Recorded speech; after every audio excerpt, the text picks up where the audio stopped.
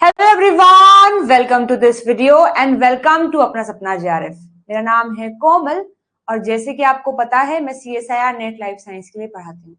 आज की इस बेहतरीन क्लास में हम एक बेहतरीन टॉपिक पर बात करने वाले हैं और टॉपिक है हमारा PYQs practice on the topic DNA repair system and DNA transcription. तो सारा टॉपिक हमने डिटेल में पढ़ लिया है। आज बारी है ये देखने की कि जो डिटेल में पढ़ा है वहां से क्वेश्चन कैसे आते हैं और क्या वो क्वेश्चन हम कर पा रहे हैं या नहीं। तो आज पीवाईक्यूज प्रैक्टिस करेंगे। आज ये ऐसा दिन है जिसमें आप पता कर पाएंगे कि कुछ पढ़ भी रहे हैं या बस ऐसे ही है। ठीक है, तो हम क्वेश्चन प्रैक्टिस करना शुरू करेंगे। उससे पहले बताएं आप सब कैसे हैं और तैयारी कैसी चल रही है और क्या ऑडियो वीडियो क्लियर है? जी, good evening, good evening everyone. Audio video clear है? बता दीजिए एक बार। देन फिर हम शुरू करेंगे क्वेश्चन प्रैक्टिस को, DNA repair mechanism and DNA transcription. Audio video clear है गाइस? अच्छा जी, मैं भी अच्छी हूँ, मैं भी अच्छी हूँ। आप लोग अच्छे हैं तो मैं भी अच्छी हूँ जी। ओके, ऑडियो वीडियो क्लियर है, ठीक है। तो क्वेश्चन प्रैक्टिस करना शुरू करें, लेकिन एक बात बताइएगा, क्वेश्चन प्रैक्टिस तो कर लेंगे, क्या उसके लिए पढ़ के भी आए हो? क्या इन टॉपिक्स को पढ़ लिया है? अच्छा, जो प्रोसेसिंग वाला पार्ट है उसके क्वेश्चन आज नहीं प्रैक्टिस कर रहे हैं क्योंकि अभी टीआरएनए और आरआरएनए की प्रोसेसिंग बाकी है। उन्हें करने के बाद फिर सारे क्वेश्चन एक ही बार प्रैक्टिस कर लेंगे क्योंकि बहुत से क्वेश्चन उन दो टॉपिक से भी आए हैं, फिर उनके अलग से क्वेश्चन करना थोड़ा मुश्किल हो जाएगा। तो फिर डीएनए जो आरएनए की प्रोसेसिंग है उसके सारे क्वेश्चन एक ही क्लास में खत्म कर लेंगे जब हमारा टीआरएनए और आरआरएनए का प्रोसेसिंग पूरा हो जाएगा। सो बेसिकली आज की इस क्लास में हम DNA repair mechanism as well as DNA transcription इनके क्वेश्चंस को प्रैक्टिस करने वाले हैं। ओके एवरीवन, चलिए तो सारे एक बात हम सब करते हुए मुझे बताएंगे, क्या क्वेश्चन डिस्प्ले कर दिया जाए? कुछ क्वेश्चन आप करेंगे, कुछ क्वेश्चन मैं करा दूंगी, लेकिन सारे एक बात हम सब करते हुए मुझे बताएंगे, क्या मैं क्वेश्चन डिस्प्ले कर सकती हूँ? फटाफट से सब कमेंट करेंगे जी, जल्दी से बताइए सारे। प्रैक्टिस स्टार्ट की जाए। क्या आप सभी तैयार हैं? टेस्ट के लिए सभी तैयार हैं? गुड, वेरी गुड, बहुत अच्छे। तो क्वेश्चन डिस्प्ले करने से पहले आप लोगों की चैट को मैं प्राइवेट कर देती हूँ ताकि आपके आंसर केवल मुझे दिखाई दे, कोई और देख करके चीटिंग ना कर ले। ठीक है जी, तो थम्स अप सबके आ गए हैं और मैं आपकी चैट को कर रही हूँ प्राइवेट। ठीक है, ये हो गई है आपकी चैट प्राइवेट। चलो तो बढ़ते हैं, फिर बढ़ते हैं आज के सबसे पहले क्वेश्चन पर। कुछ क्वेश्चन आप लोग करेंगे और कुछ मैं करवाऊंगी। तो अपना सबसे पहला क्वेश्चन है, if DNA have sequence 5' to this 3' is used as template strand, then the sequence of mRNA will be। ये फर्स्ट क्वेश्चन है, ये सेकंड है। केवल आपको फर्स्ट क्वेश्चन का आंसर अभी करना है। बस फर्स्ट क्वेश्चन पढ़िए, सॉल्व कीजिए और आंसर बताइए इन तीन चारों में से क्या होगा।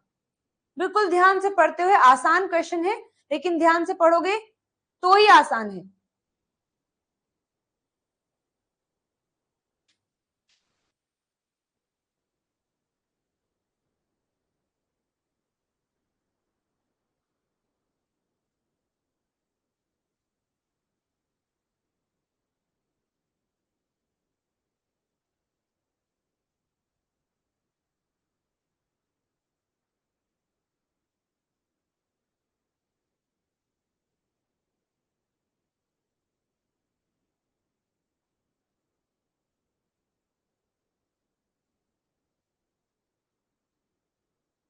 बहुत अच्छे, बहुत बढ़िया।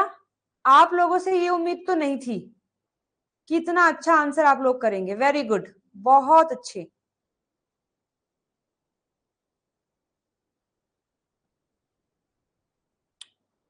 ओके,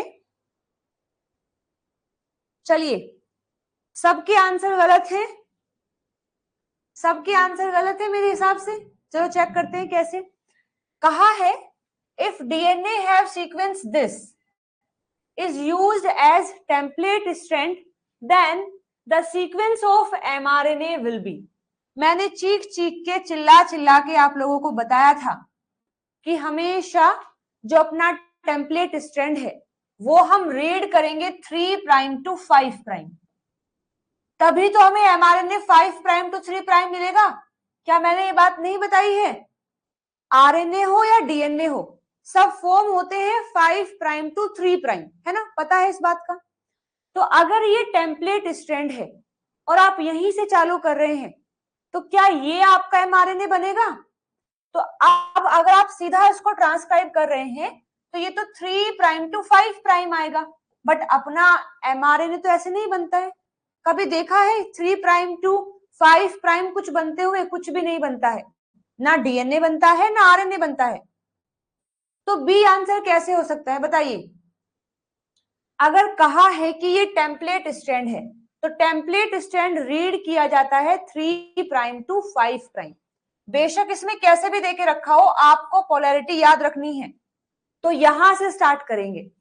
सो 3 प्राइम से आएगा 5 प्राइम, ए से आएगा यू, सी से आएगा जी, टी से आएगा ए, सी से आएगा अगेन जी, जी से आएगा सी, टी से आएगा ए और ए से आएगा यू एंड देन 3 प्राइम।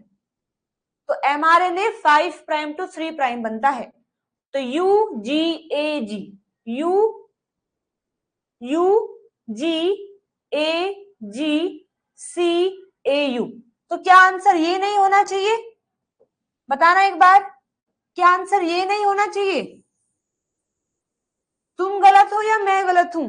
बोलो, what should be the answer? C और बी और ए?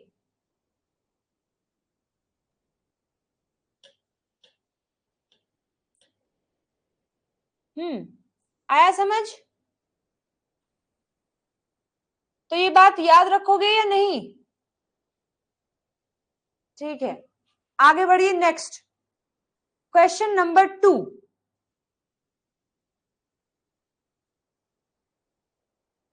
Question number 2, which statement is not true for DNA transcription? DNA transcription को लेकर के कौन सा स्टेटमेंट सही नहीं है, गलत बताना है।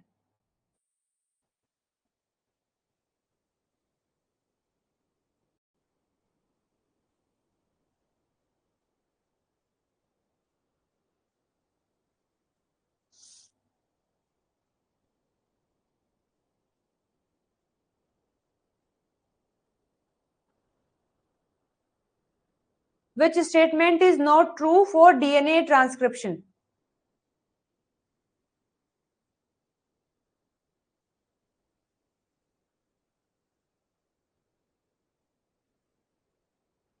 ध्यान से पढ़ते हुए मुझे बताएंगे what is the answer. Nutan, Sumitra, Rimsha, Komal, okay ठीक है, चलो देखते हैं। गलत पूछा है ना, हमसे जो है गलत पूछा है। Template strand and mRNA have complementary sequence. Exactly, अभी पढ़ के भी आए हैं। ये टेम्पलेट है, ये एमआरएनए है, दोनों एक दूसरे के कॉम्प्लीमेंट्री होते हैं। जबकि जो नॉन टेम्पलेट है और एमआरएनए वो सेम होते हैं, छोड़ करके बस जहां पर टी है वहां यू आता है। डीएनए में जो नॉन टेम्पलेट होता है उसमें जहां जहां टी है बस एमआरएनए में वहां वहां यू आ जाता है, बाकी सब सेम है। तो ये बात अपनी सही है कि टेम्पलेट स्ट्रैंड और एमआरएनए वो एक दूसरे के कॉम्प्लीमेंट्री होते हैं। बी में लिखा है template strand is used as a coding strand. गलत बात है, टेम्पलेट स्ट्रैंड को आप नॉन कोडिंग बोलते हैं, ना कि कोडिंग। हमने पढ़ा है ना इस चीज को कि टेम्पलेट और एमआरएनए एक दूसरे के कॉम्प्लीमेंट्री होते हैं, सेम तो नहीं है। और हम इसको यूज करते हैं एज अ कोडिंग स्ट्रैंड, मतलब इसी से हम आगे अपना प्रोटीन बना सकते हैं। तो अपना ये जो टेम्पलेट है इससे दूसरा जो नॉन टेम्पलेट है वो बिल्कुल एमआरएनए जैसा है। तो बेसिकली इस नॉन टेम्पलेट को ही हम कोडिंग स्ट्रैंड भी बोलते हैं। तो template strand is used as a coding, गलत। Non template strand is used as a coding strand. तो गलत पूछा है, यही गलत है, ये हमारा आंसर हो जाएगा।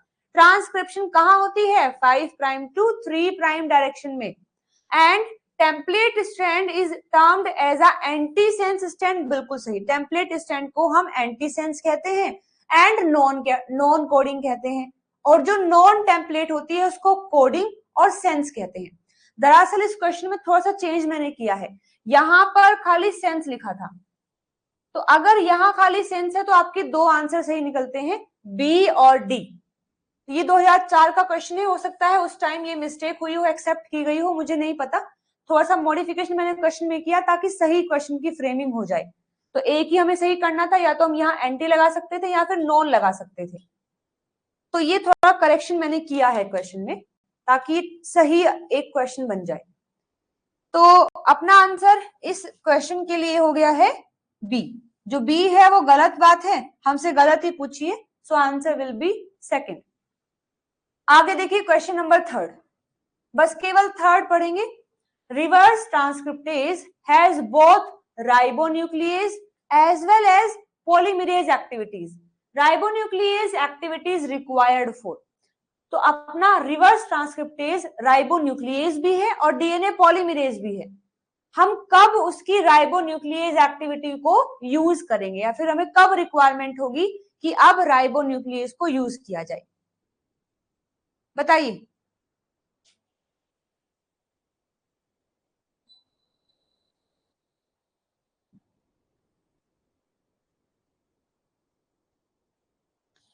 बिल्कुल ध्यान से पढ़ते हुए आप लोग बताएंगे।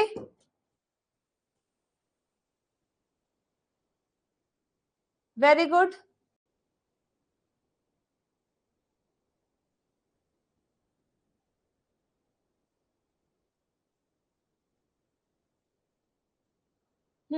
देखिएगा, राइबोन्यूक्लियेज, राइबोन्यूक्लियेज यानी degradation of RNA, DNA polymerase यानी पॉलीमरेज यानी फॉर्मेशन। तो ribonuclease for the degradation and polymerase for the formation. तो राइबोन्यूक्लियेज हम कब यूज करेंगे? यदि हम आरएनए स्ट्रैंड को डिग्रेड करना चाहते हैं। कितना आसान क्वेश्चन था। जैसे कि अगर आ जाए आपका डीएनए, तो डीएनए को ब्रेक डाउन करना है, आरएनए तो आरएनए को ब्रेक डाउन करना है, राइबोन्यूक्लियेज तो यहाँ पर भी आप आरएनए को ही ब्रेक डाउन करेंगे। तो राइबोन्यूक्लियेज एक्टिविटी रिक्वायर्ड होती है यदि हम आरएनए स्ट्रैंड को डिग्रेड करवाना चाहते हैं। तो question number 4, mutation in which subunit of RNA polymerase holoenzyme would have defect in correct initiation of transcription. यानी मुझे अगर जो अपना ट्रांसक्रिप्शन का इनिशिएशन है वो सही से नहीं हो रहा है, तो किस सब यूनिट में म्यूटेशन हुआ है।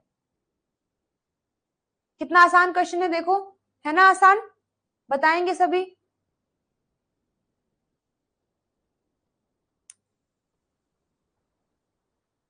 किस सब यूनिट के अंदर डिफेक्ट हो जाए, होने से इनिशिएशन करेक्ट नहीं होगा, अपना डी है, हमें पता है ना।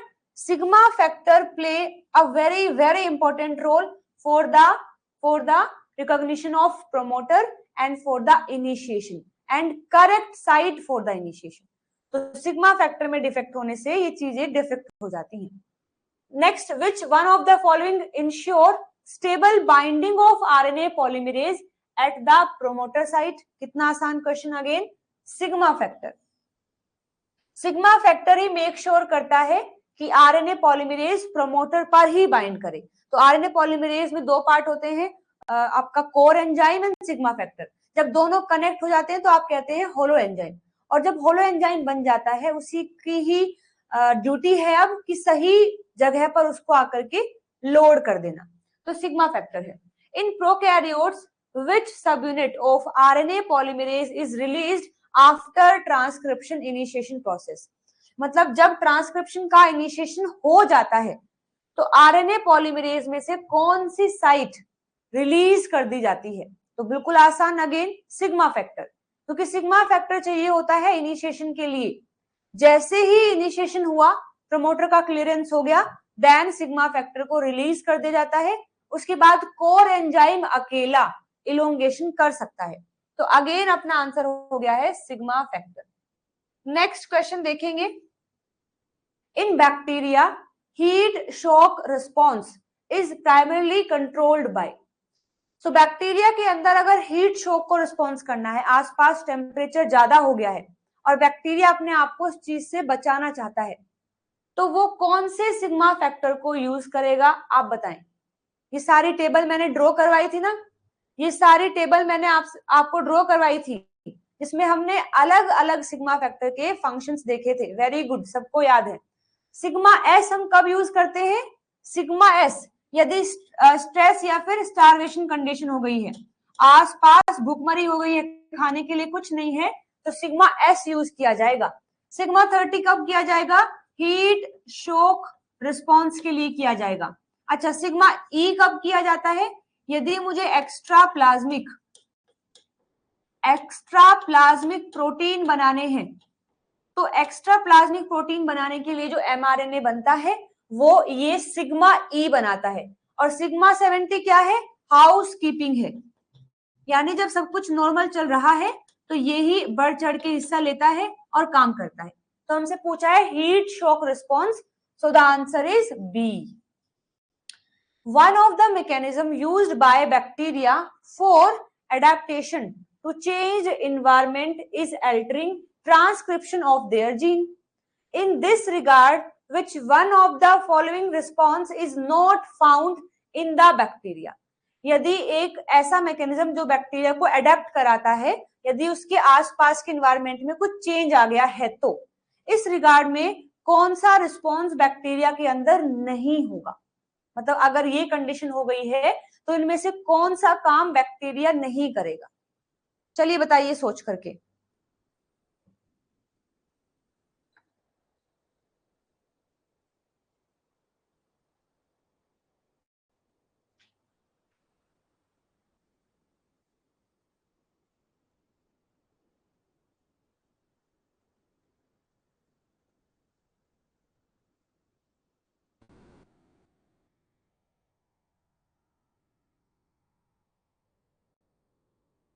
बताइए जल्दी से।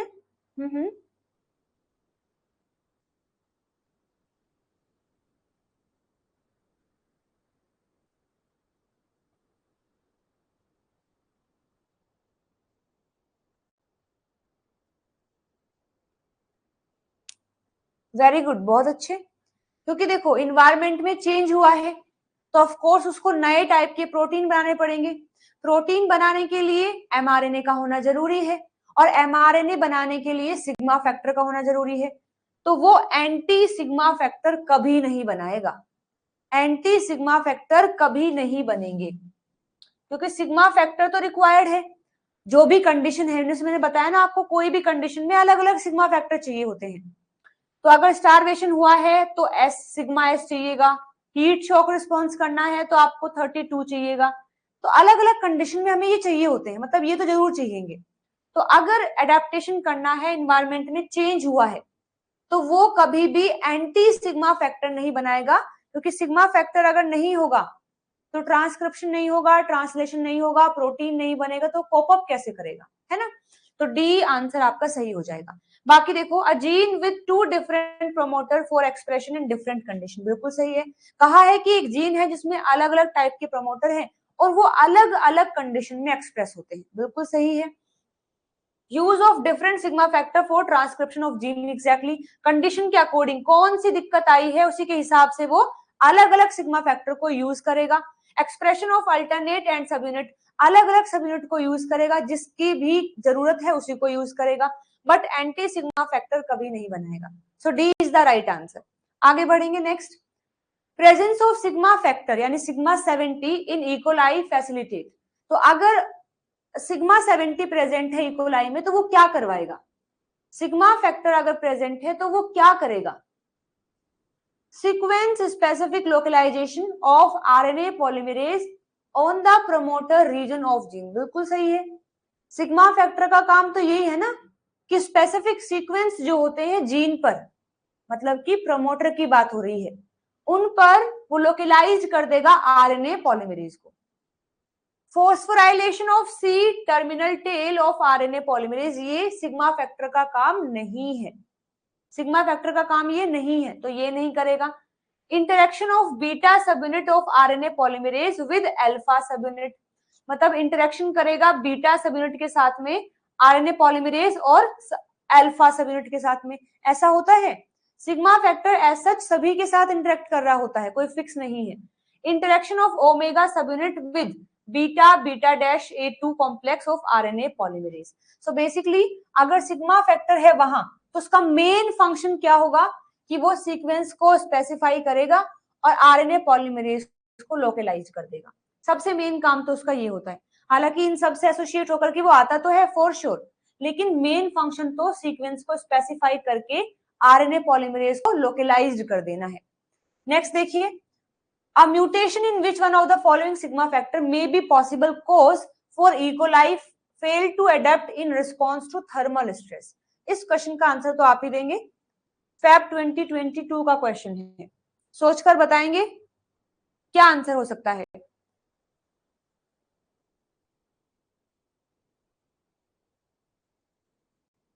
बिल्कुल ध्यान से सोचेंगे और ध्यान से अपना आंसर देंगे।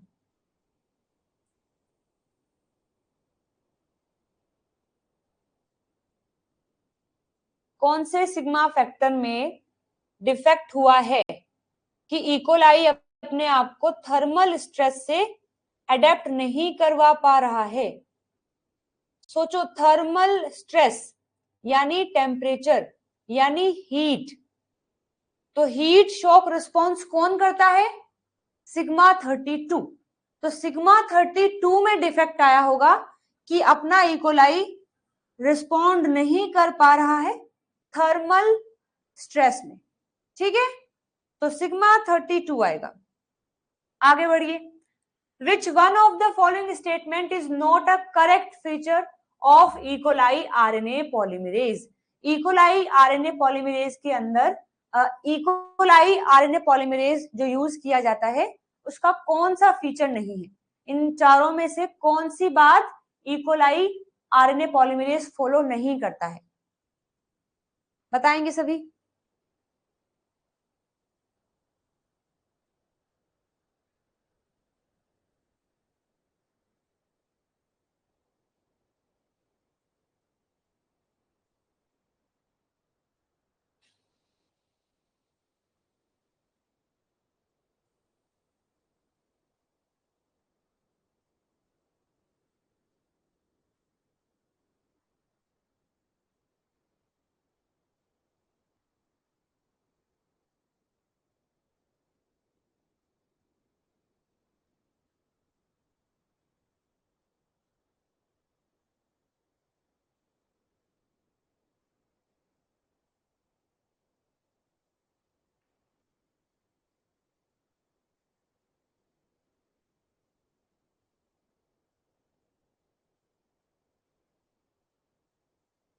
चलिए ठीक है, मैं बता देती हूँ उसके बारे में, एक नई जानकारी है तो थोड़ा सा मैं कन्वे कर देती हूँ क्या पूछा गया है।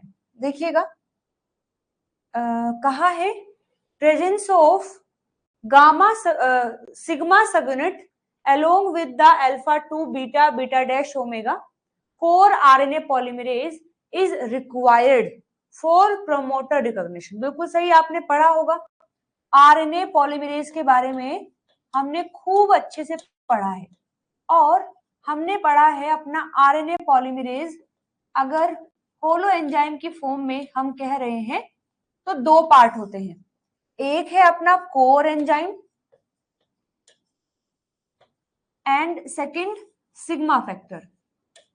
सिग्मा फैक्टर होता है कोर एंजाइम में अल्फा अल्फा 2 सब unit, beta beta dash and omega आते हैं।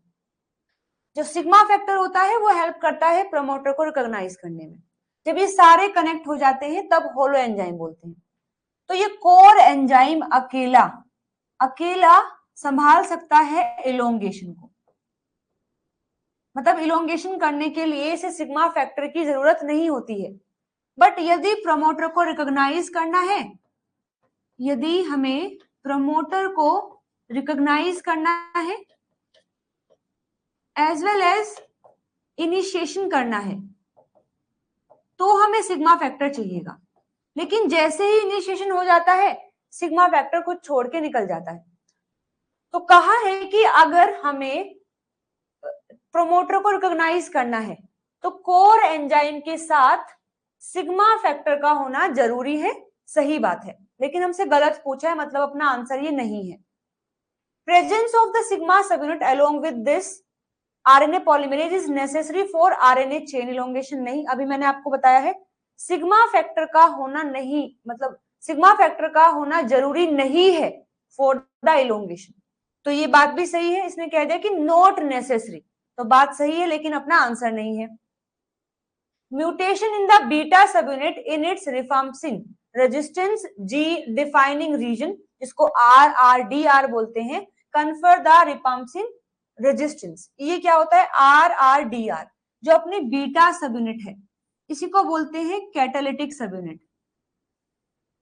मतलब जो मेन काम है कि आरएनटीपीज को कनेक्ट करते करते अपना आरएनए बनाना है, वो मेन फंक्शन बीटा सबयूनिट का होता है। और मान लीजिए ये आपका बीटा सबयूनिट है, इसी के पास एक डोमेन है जिसको RRDR बोलते हैं, रिफाम्सिन और रेजिस्टेंस डिफाइनिंग रीजन। मतलब क्या है इसका कि एक तरीके से बोल सकते हैं कि एक इनहिबिटर है रिफाम्सिन। यदि वो आकर के यहाँ कनेक्ट हो जाता है, अगर रिफाम्सिन यहाँ आकर के कनेक्ट हो गया है, अपनी बीटा सबयूनिट इनएक्टिव हो जाती है, फिर वो काम नहीं कर पाएगी, यानी आरएनए का सिंथेसिस नहीं होगा, क्योंकि मेन सब यूनिट यही है। और इस पर अगर आकर के रिफाम्सिन बाइंड हो जाता है तो ये इसको इनएक्टिव कर देता है, तो आरएनए का सिंथेसिस नहीं हो पाएगा। लेकिन अगर इसी साइट में म्यूटेशन हो जाए, और म्यूटेशन भी कैसा कि रिफाम्सिन बाइंड नहीं कर सकता है, अगर बीटा सब यूनिट की उस साइट में म्यूटेशन हो गया है जहां पर रिफाम्सिन बाइंड करता है, तो उसका मतलब है रिफाम्सिन बाइंड नहीं कर पाएगा। बाइंड नहीं कर पाएगा तो जो सिंथेसिस हो रही है उसको नहीं रोक पाएगा, यानी अपनी बीटा सब यूनिट रेजिस्टेंस हो जाएगी, बच जाएगी रिफाम्सिन से। तो ये बात भी बिल्कुल सही है कि म्यूटेशन अगर हो गया है बीटा सब यूनिट में, और वो भी कहां पर, जो आपकी RRDR लोकेशन होती है जहां पर रिफाम्सिन बाइंड करता है, अगर उसी साइट में म्यूटेशन हो गया है तो बीटा सब यूनिट रिफाम्सिन के लिए रेजिस्टेंस हो जाएगी। सही बात है, बट अगेन अपना आंसर नहीं है क्योंकि हमसे गलत पूछा है। सो अगर सिग्मा सब यूनिट के RRDR में म्यूटेशन हो जाता है तो हमें रिफाम्सिन रेजिस्टेंस फिनोटाइप मिलेगा। ये बात बिल्कुल भी जायज नहीं है, क्योंकि सिग्मा फैक्टर में ऐसी कोई साइट होती ही नहीं है, वो साइट केवल बीटा सब यूनिट में होती है। तो ये गलत है, और ये गलत है तो यही हमारा आंसर है। सो मेक श्योर गाइज ये पार्ट, ये पॉइंट आप अपने शॉर्ट नोट्स में जरूर से ऐड करेंगे, क्योंकि मुझे याद है ये थ्योरी पार्ट में मैंने नहीं करवाया है। तो आप इसे शॉर्ट नोट्स में जरूर से ऐड करेंगे इस पार्ट को, कि जो RRDR है वो कहाँ होता है, क्या रोल होता है। डन। चलिए तो आगे बढ़ते हैं next question. Question number next, all of the following statement about bacterial transcription termination are true accept.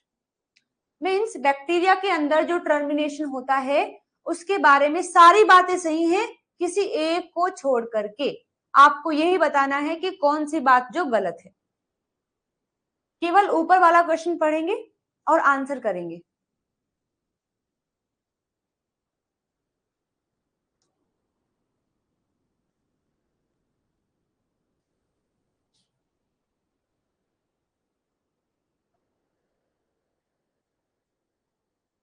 Very good, बहुत अच्छे, बहुत बढ़िया,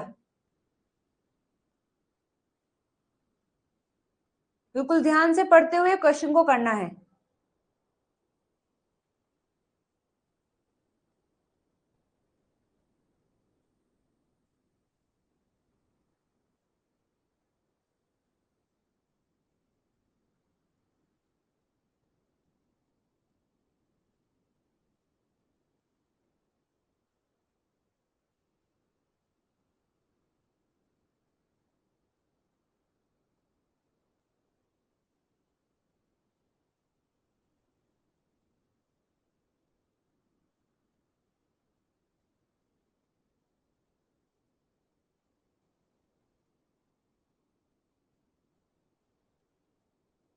ओके, और बताएंगे?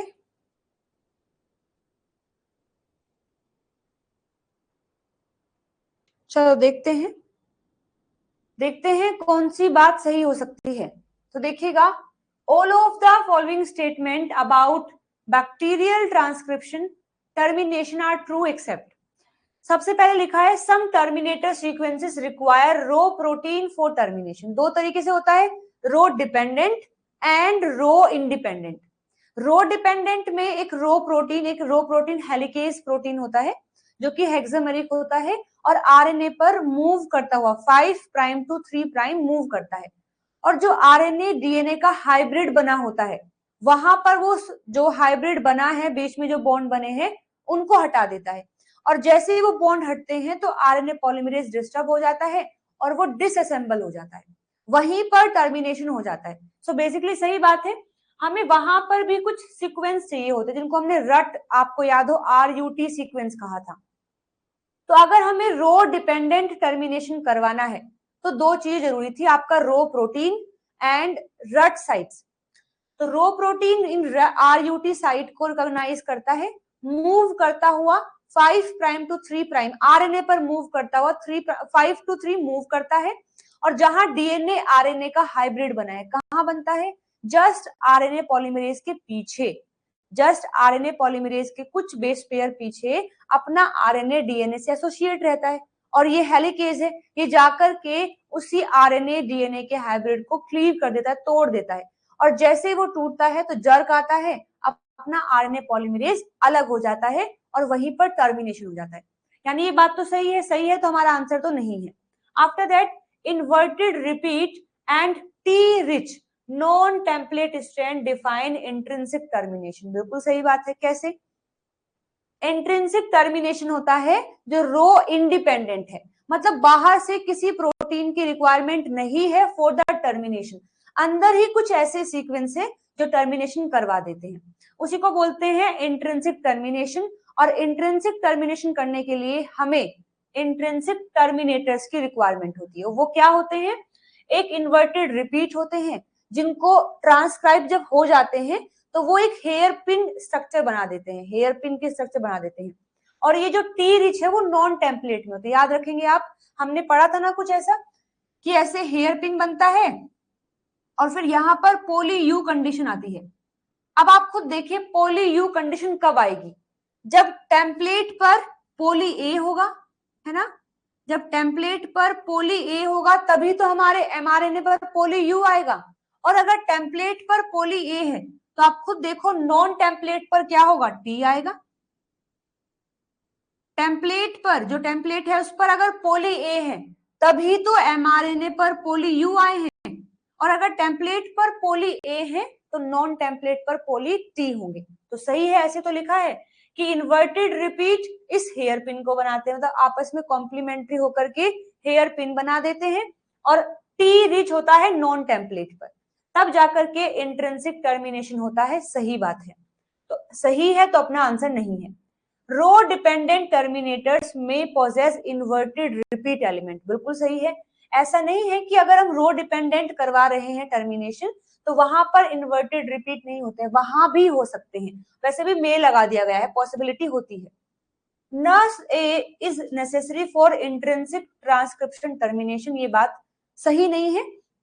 इंट्रिंसिक ट्रांसक्रिप्शन टर्मिनेशन के लिए नस NUSA फैक्टर जो है उसका होना जरूरी नहीं है। अगर ये नहीं भी है और वहां पर ये सीक्वेंस प्रेजेंट है तो भी टर्मिनेशन हो सकता है। हाँ, अगर ये होते हैं तो अच्छे से हो जाता है, लेकिन अगर ये नहीं है तो इसका मतलब ये बिल्कुल भी नहीं है कि टर्मिनेशन नहीं होगा। तो ये बात आपकी गलत है और यही हमारा सही आंसर है। Done everyone? समझ गए हो? हाँ बिल्कुल, ठीक है, गुड, वेरी गुड। आगे बढ़िए, next question. Among the following which statement is correct regarding the promoter of the eukaryotic gene. अब यूकैरियोटिक जीन की बात आ गई है, अब यूकैरियोटिक जीन की बात आ गई है और पूछा है कि यूकैरियोटिक जीन के रिगार्ड जो प्रोमोटर होता है उसके बारे में कौन सी बात सही है। तो फर्स्ट में लिखा है it is always located upstream of the transcription start site. हाँ, आप अगर ये बात पूछी जाती प्रोकैरियोट के बारे में तो बिल्कुल सही था।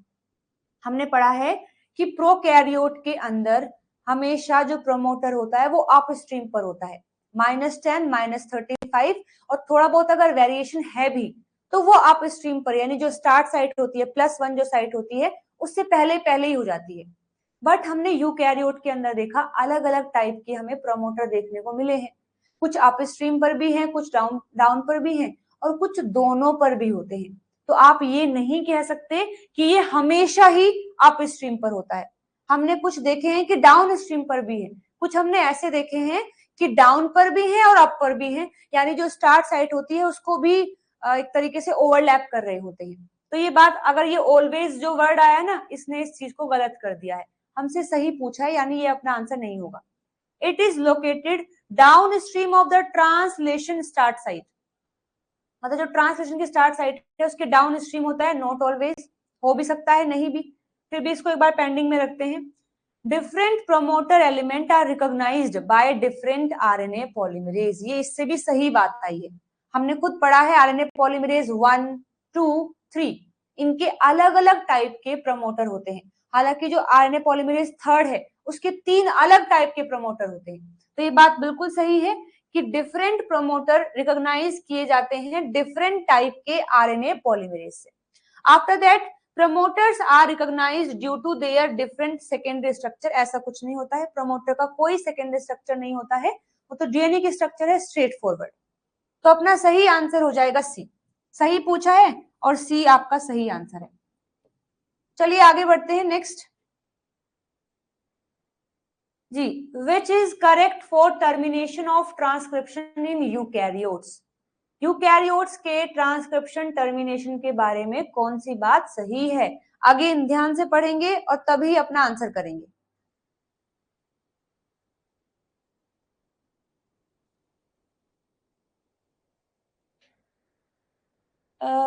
NUSA protein accessory role play करता है, हाँ बिल्कुल। अच्छा एक मिनट रुकिएगा, इस क्वेश्चन पर फिर से चलते हैं। डाउट आया है कि ये जो NUS है एक्सेसरी रोल प्ले करता है ना कि नेसेसरी। एक्सेसरी का मतलब होता है कि सेकेंडरी रोल है, नहीं भी अगर ये है तो काम फिर भी चल सकता है, और नेसेसरी का मतलब होता है कि इनका होना जरूरी है, अगर ये नहीं है तो काम ही नहीं होगा। तो NUSA ऐसा नहीं है, एक्सेसरी है, मतलब है तो काम अच्छा हो गया है, नहीं है तो भी काम चलता रहेगा। लेकिन इसमें लिखा है कि ये नेसेसरी है, नेसेसरी का मतलब है कि इसके बिना तो टर्मिनेशन हो ही नहीं सकता, ये बात गलत है, और गलत है तो यही हमारा सही आंसर था। जी हम आ रहे थे इस क्वेश्चन पर, पढ़िए और बताइए।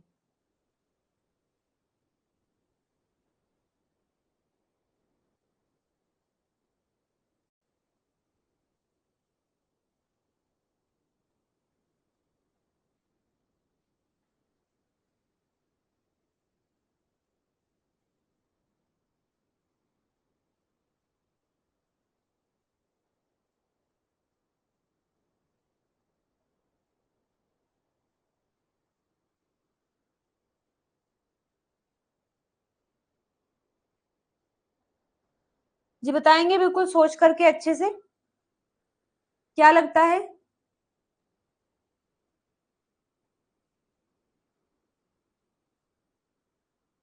किसी को सी लग रहा है, ए बी, एक और बाकी है वो भी बोल दे कोई, बताइए।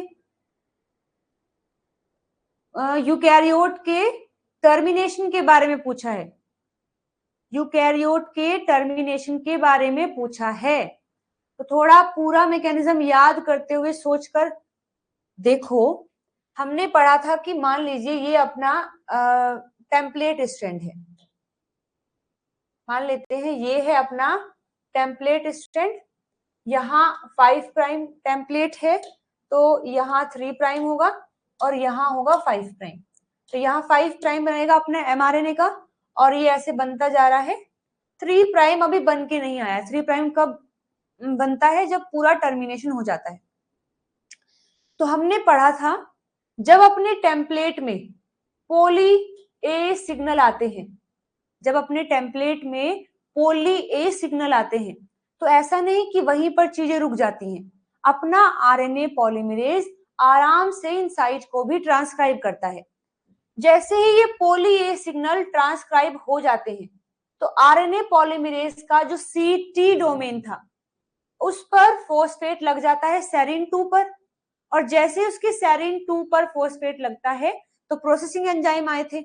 आगे और बढ़ने पर जैसे ही ये पॉली ए सीक्वेंस वाला ट्रांसक्राइब हो जाता है तो यहाँ पर हमें पूरे सीक्वेंस मिल जाते हैं, और अपना जो सी टी डोमेन है वो रिक्रूट करता है।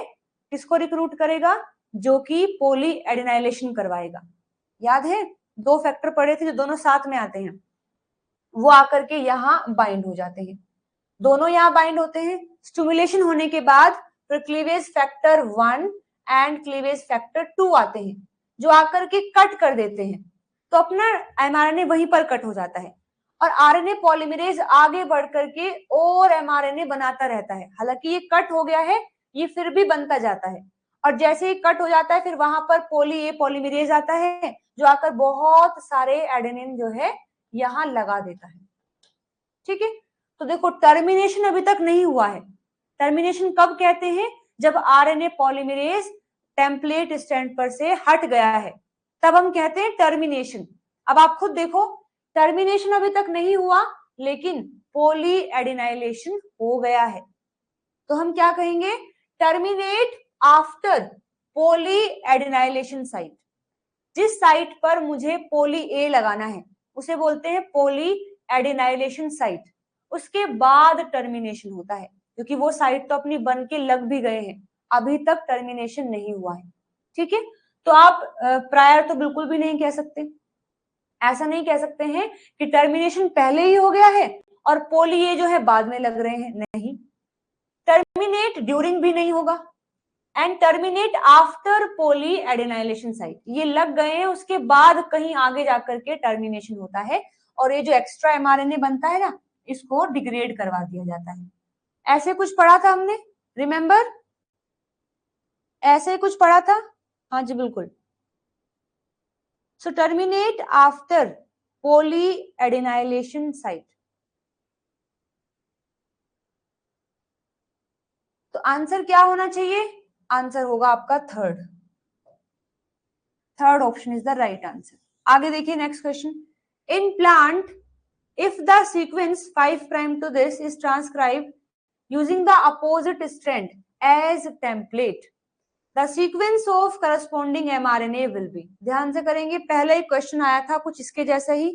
अब की बार गलती मत करना, सोच समझ के अपना आंसर दोगे।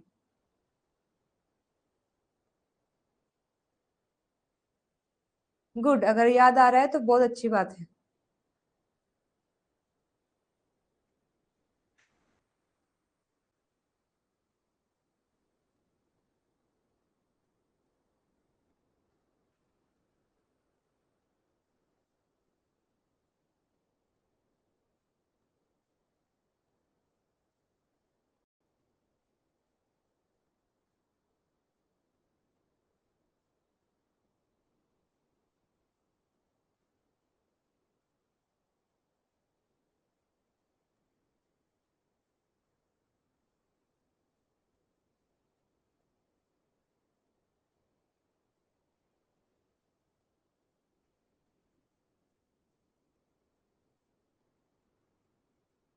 ओके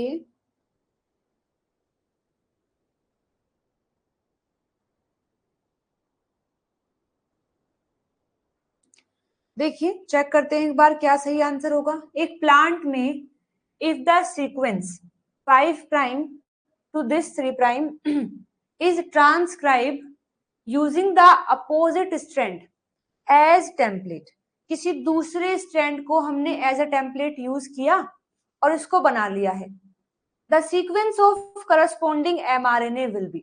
अब आप खुद देखो, हमने पढ़ा है ना कि जो 5' to 3' होता है वो बनता है 3' से 5'। मतलब अगर ये जो लिखा है ना यहाँ 5' to 3', ये किससे बना होगा? ये 3' to 5' से बना होगा, लिखा भी है। In plant if the sequence this is transcribe using the opposite strand as a template. मतलब इसे बनाने के लिए मैंने इसको एज अ टेम्पलेट यूज किया है, ठीक। तो अब मुझे अगर एमआरएनए बनाना है तो क्या बनेगा। अब आप अगेन देखो, क्योंकि हम इन दोनों की बात कर रहे हैं और मुझे अगर एमआरएनए बनाना है तो ऑफ कोर्स मैं इस वाले स्ट्रैंड को यूज करूंगी।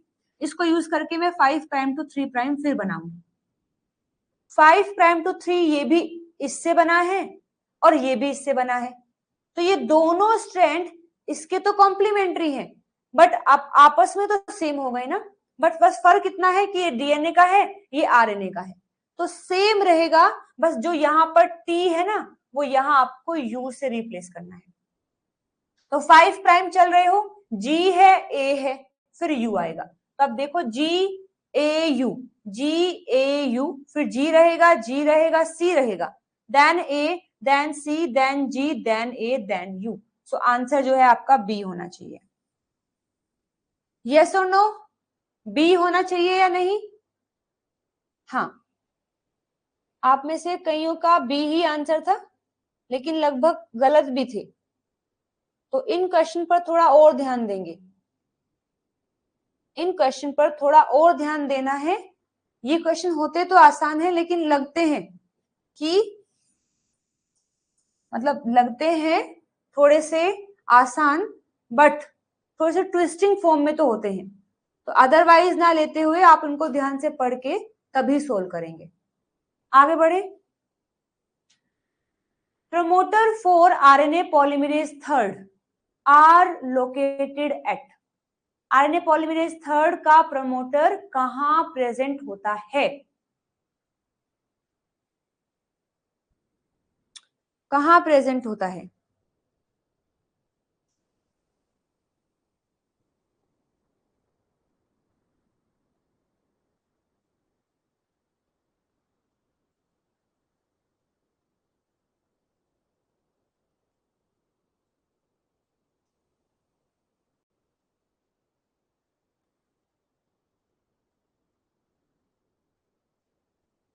कहां प्रेजेंट होता है?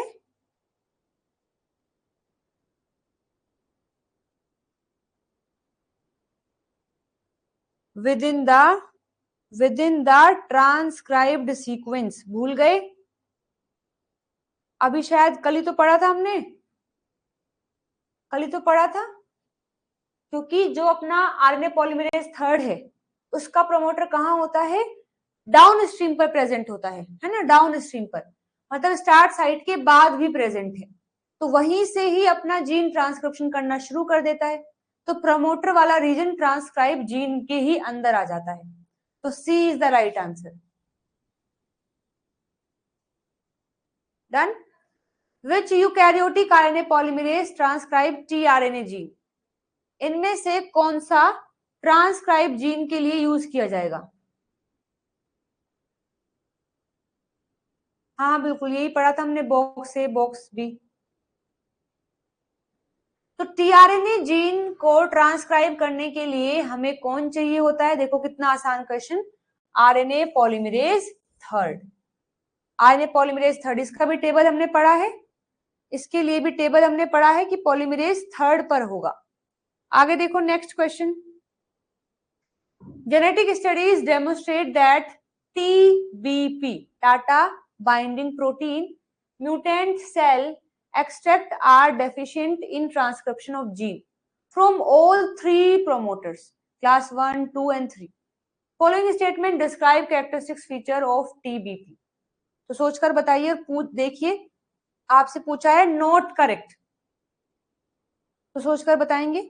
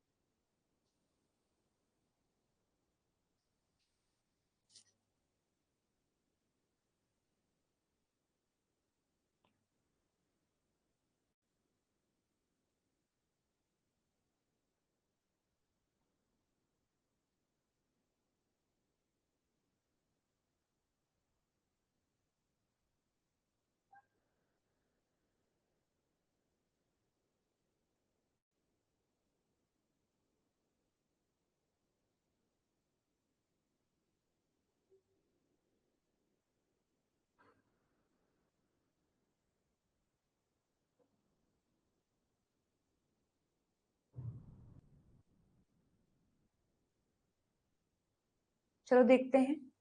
देखिए क्या लिखा है, गलत पूछा है, गलत कौन सा है अब आप खुद देखो। मैं कह रही हूं कि this is the Tata binding protein. अगर अगर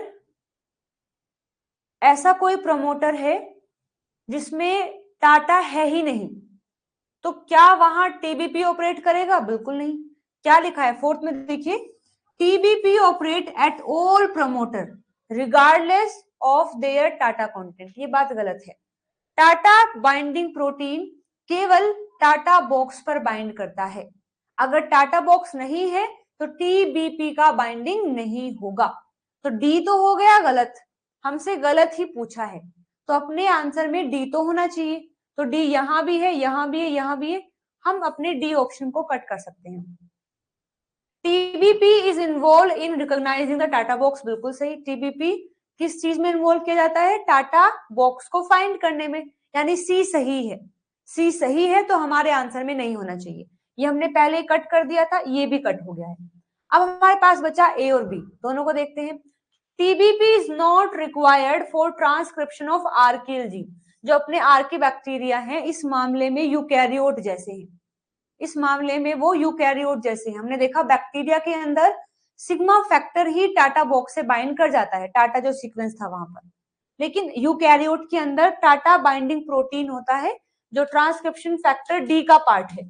आर्कियल जीन भी इसी से सिमिलर होते हैं। तो टाटा बाइंडिंग प्रोटीन रिक्वायर नहीं होता है आर्कियल जीन के लिए, ये बात गलत है। रिक्वायर्ड होता है तो गलत है, तो हमारा आंसर होना चाहिए। तो डी और B is the right answer. D और बी यानी C is the right answer.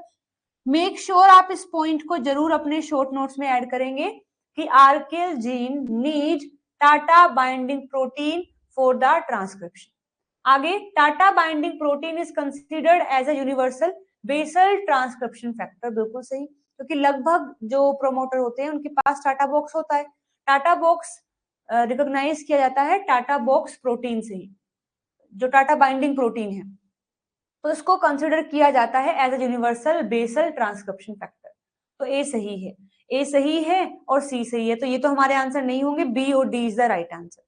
So C सही आंसर है इस क्वेश्चन का। हाँ बिल्कुल। आगे देखिए next. A non-enzymatic viral protein X was found to be induce a cellular gene promoter activities। एक नॉन एंजाइमेटिक वायरल प्रोटीन है, मतलब एक ऐसा प्रोटीन है जिसके पास एंजाइमेटिक एक्टिविटी नहीं है, मतलब वो एंजाइम की तरह बिहेव नहीं करता है। कहां पर देखने को मिला है? वायरल प्रोटीन, मतलब वायरस का एक प्रोटीन है एक्स जो कि नॉन एंजाइमेटिक है और वो इंड्यूस करता है सेलुलर जीन के प्रमोटर की एक्टिविटी को।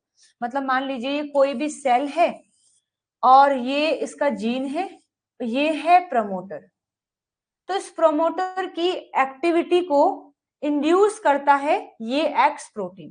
तो मान लीजिए यहां पर ये एक्स प्रोटीन है और अगर ये किसी तरीके से कनेक्ट हो जाता है प्रमोटर से तो इसकी एक्टिविटी को इंड्यूस कर देता है। Although no in vitro DNA binding activities could be identified with the X protein, it was found to be co-recruited on the cellular promoter along with the cellular transcription factor in vivo। मतलब केवल in vivo में देखने को मिलता है।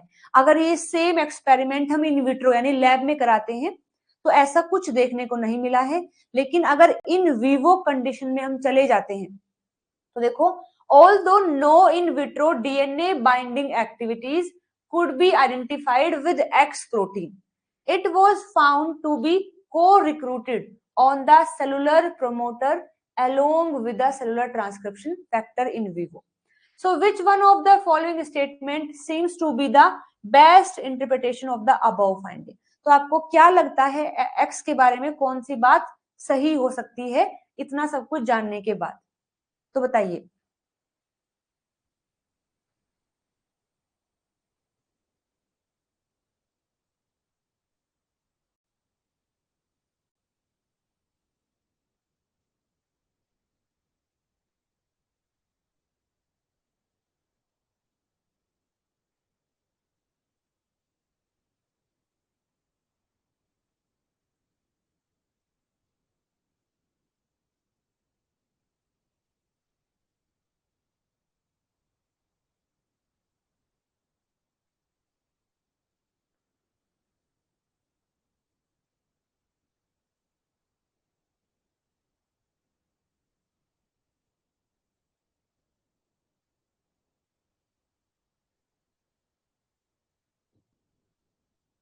समझ रहे हो क्वेश्चन क्या है?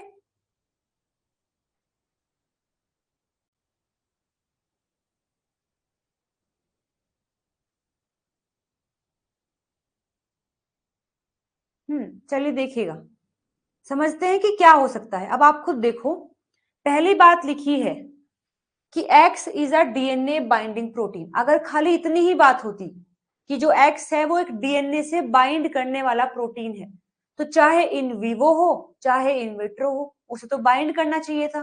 लेकिन हम कह रहे हैं कि इन विवो में तो वो बाइंड कर जाता है, बट इन विट्रो में बाइंड नहीं कर पा रहा है।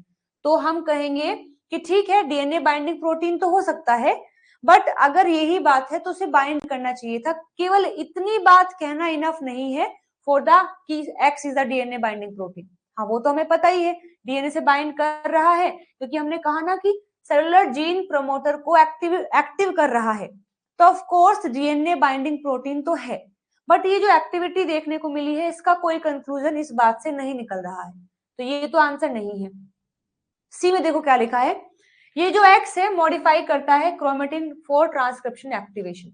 इस क्वेश्चन में कहीं पर भी हमें नहीं बताया कि ये इकोलाई की बात चल रही है या ह्यूमन की, मतलब ये जो वायरस है ये इकोलाई पर या बैक्टीरिया पर अफेक्ट कर रहा है या ह्यूमन पर, क्योंकि ये हमें आइडेंटिफाई नहीं है, तो हम नहीं कह सकते कि वहां क्रोमेटिन है या नहीं है। तो ये बात भी नहीं होगी। जो एक्स एक चैपरोन है, इसके बारे में कुछ नहीं पता है। एक बार बी को पढ़ के देखते हैं। जो एक्स है वो फिजिकली इंटरेक्ट करता है ट्रांसक्रिप्शन फैक्टर के साथ में। हाँ, ये बात हो सकती है, समझो कैसे। लिखा है कि although no in vitro DNA binding activity could be identified with x protein. कहा है कि इन विट्रो में हम देख रहे हैं कि डीएनए बाइंडिंग एक्टिविटी आइडेंटिफाई नहीं हो रही है। हम ये तो कह रहे हैं कि प्रमोटर को वो एक्टिव करता है। प्रमोटर कहां पर है? डीएनए पर है। और हम कह रहे हैं कि वो प्रोमोटर की एक्टिविटी को इंड्यूस कर रहा है, यानी बढ़ा रहा है। तो दो कारण हो सकते हैं, या तो वो डायरेक्टली बाइंड करे प्रमोटर पर आकर के, या फिर वो किसी और के थ्रू आए। अगर वो डायरेक्टली बाइंड करता तो हम बोलते कि x is the DNA binding protein.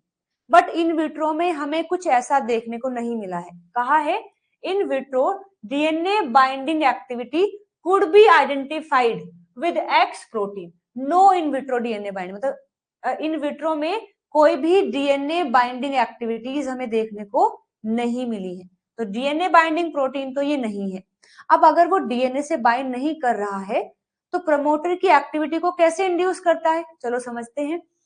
फिर आगे बताया है it was found to be co recruit. ये ऑब्जर्व किया गया है, ये देखा गया है कि ये को रिक्रूट किया जाता है on the cellular promoter along with the cellular transcription factor.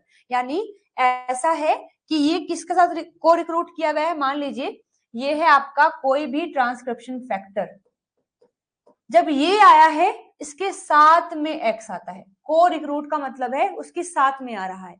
तो अब आप खुद देखो, एक्स जो है डायरेक्ट डीएनए बाइंडिंग प्रोटीन नहीं है, बिल्कुल नहीं है।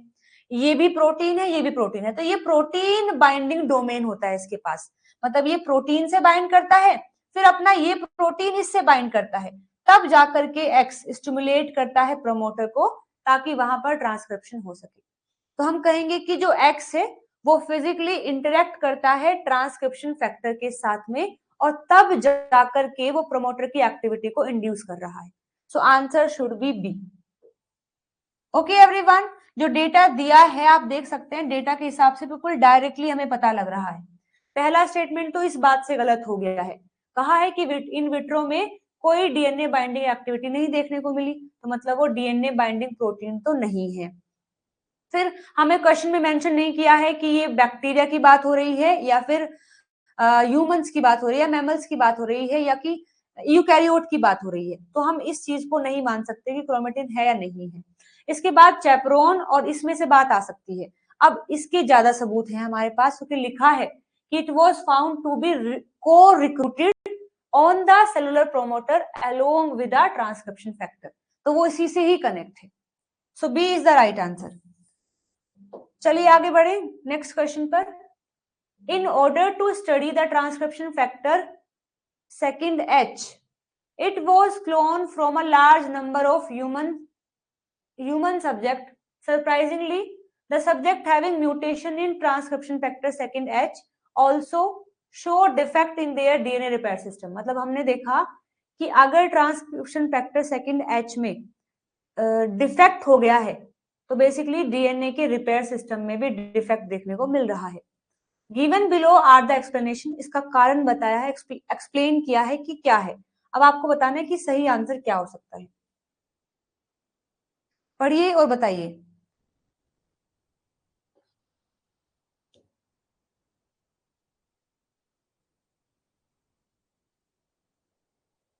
हाँ बिल्कुल डायरेक्ट क्वेश्चन था, एक्सपेरिमेंट वाला, इसमें कोई कॉन्सेप्ट नहीं था.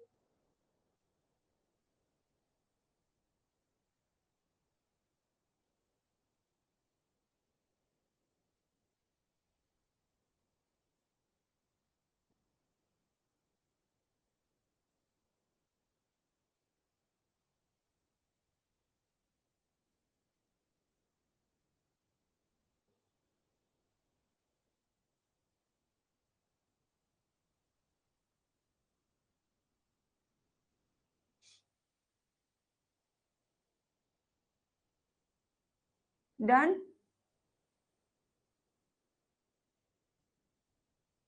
करेक्ट पूछा है तो बताएंगे A option B C D में से क्या सही है.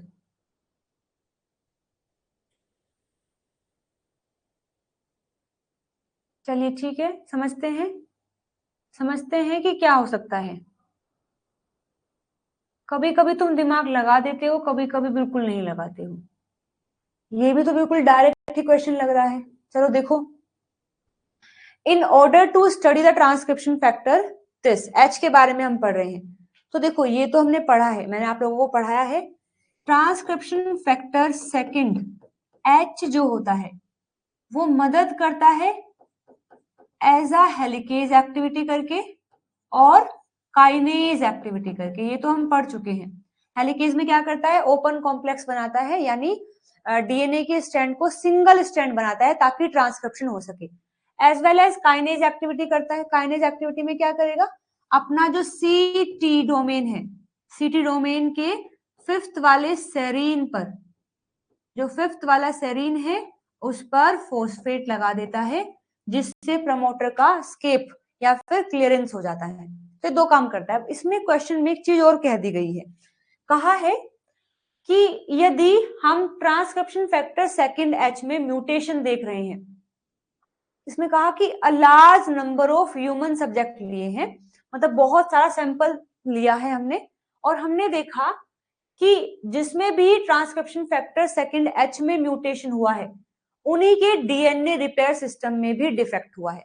अब हमारे पास अगर लार्ज नंबर ऑफ सैंपल है और सब में यही बात देखने को मिल रही है कि अगर एच में डिफेक्ट है तो रिपेयर सिस्टम में भी डिफेक्ट है, तो हम ये मानेंगे कि ये एच जो है समहाउ रिपेयर सिस्टम में भी पार्टिसिपेट करता है.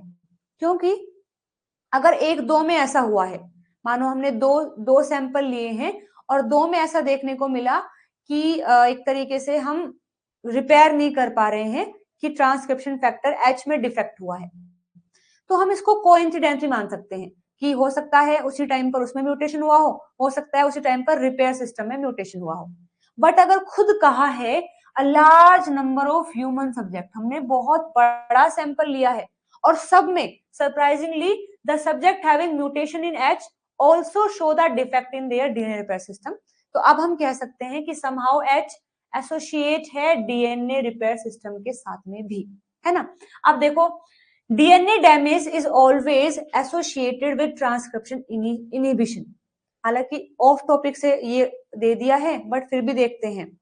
अगर डीएनए में डैमेज हुआ है तो हमेशा हम ट्रांसक्रिप्शन को रोकेंगे और तब डीएनए डैमेज को ठीक करेंगे और तब ट्रांसक्रिप्शन कराएंगे। तो ये जो ऑलवेज वर्ड आया ना, इसने गड़बड़ कर दी है। आपको अगर याद हो, हमने टीएलएस पढ़ा था, ट्रांसलीशन सिंथेसिस, उसमें क्या पढ़ा था कि डीएनए पॉलीमरेज जो अपना 5th वाला होता है, 4th और 5th होते हैं, वो हमने रखे इसलिए हैं कि भाई अगर कहीं बड़ा डैमेज हुआ है तो तुम आकर के उस पार्ट का रेप्लिकेशन करोगे। तो वहां हम क्या करते हैं, डैमेज को बाईपास करवा देते हैं। तो ऐसा हमेशा नहीं होगा कि अगर डीएनए में डैमेज है तो हमें ट्रांसक्रिप्शन को रोकना ही पड़ेगा। वहां पर हम क्या कर सकते हैं, वहां हम बाईपास भी करवा सकते हैं, है ना।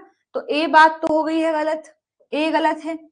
Transcription factor H has no role in DNA repair. बड़े सैंपल में मिल रहा है, लिखा भी है, तो ऐसा नहीं है। इन द मैमेलियन सिस्टम जो ट्रांसक्रिप्शन फैक्टर एच है वो play an active role in transcription couple DNA repair system. तो ये हम बात कहेंगे। Because of mutation in H factor transcription initiation is inhibited and incompleted synthesized mRNA remain attached to the template DNA leading to the DNA damage। अब आप खुद देखो कितना बकवास स्टेटमेंट है। पहली बात तो वो कह रहा है कि एच में म्यूटेशन की वजह से जो इनिशिएशन है वो इनहिबिट हो गया है, रुक गया है। अब जब इनिशिएशन ही नहीं हुआ है तो ये एमआरएनए कहां से बना? जब इनिशिएशन ही नहीं हुआ है तो एमआरएनए कहां से बना? और बनेगा भी नहीं, क्योंकि एच का काम होता है हेलिकेज का। हेलिकेज का काम है ओपन अप करना। अगर अपना डीएनए स्ट्रैंड ओपन ही नहीं हुआ है तो फिर ट्रांसक्रिप्शन कहां से होगी? तो अगर एच में म्यूटेशन है तो ट्रांसक्रिप्शन का इनिशिएशन रुक जाता है और कोई एमआरएनए नहीं बनता। तो ये बात हो जाएगी गलत। तो सी सही है और हमसे सही ही पूछा है, तो इस हिसाब से तो एक ही ऑप्शन सही होना चाहिए, दैट इज सी ओनली, यानी B is the right answer. Done everyone?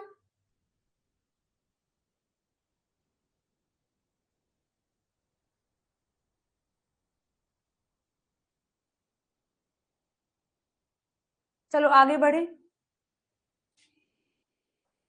Which of the following are not transcribed by RNA polymerase second?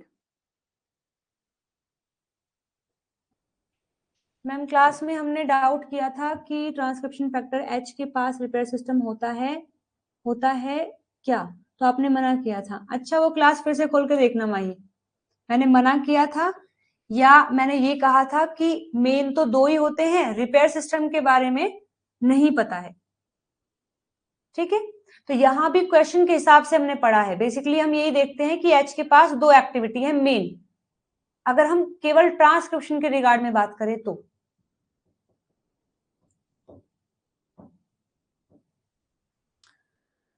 पढ़ेंगे क्वेश्चन।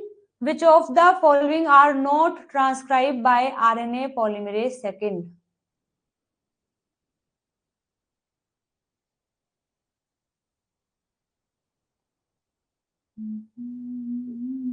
वेरी गुड, बहुत अच्छे। तो ये पार्ट हमारा है कि टीआरएनए और 5SRRNA ये कौन बनाता है? आरएनए पॉलीमरेज थर्ड बनाता है, ना कि आपका सेकंड। ठीक है, तो डी हो जाएगा गलत। आगे देखिए next, a scientist usually find difficulty in identifying the exact transcription termination site in eukaryote glucose. Scientist जो है ये पता करने के लिए मतलब थोड़े से कैपेबल नहीं है कि यूकैरियोट में टर्मिनेशन साइट कहाँ है और कैसे होती है, इसके पीछे कारण क्या है?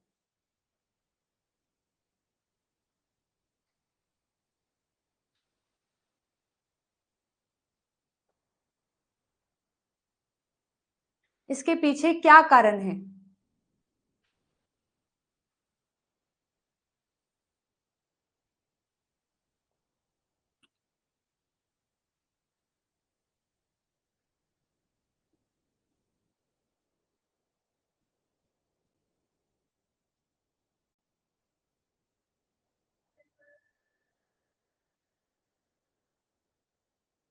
क्या लगता है, क्या आंसर हो सकता है?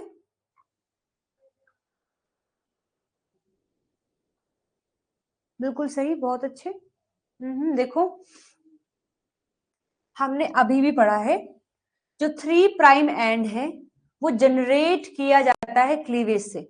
पढ़ा था ना हमने कि 3 प्राइम जनरेट कब होता है, जैसे ही पोली ए सिग्नल ट्रांसक्राइब किए जाते हैं तभी सी-टी डोमेन जो पोली ए ऐड करने वाले जो फैक्टर्स हैं उनको डाल देता है हमारे एमआरएनए पर, और फिर वो स्टिमुलेट करते हैं, रिक्रूट करते हैं क्लीवेज फैक्टर 1 और 2 को, और वो आकर के कट कर देते हैं।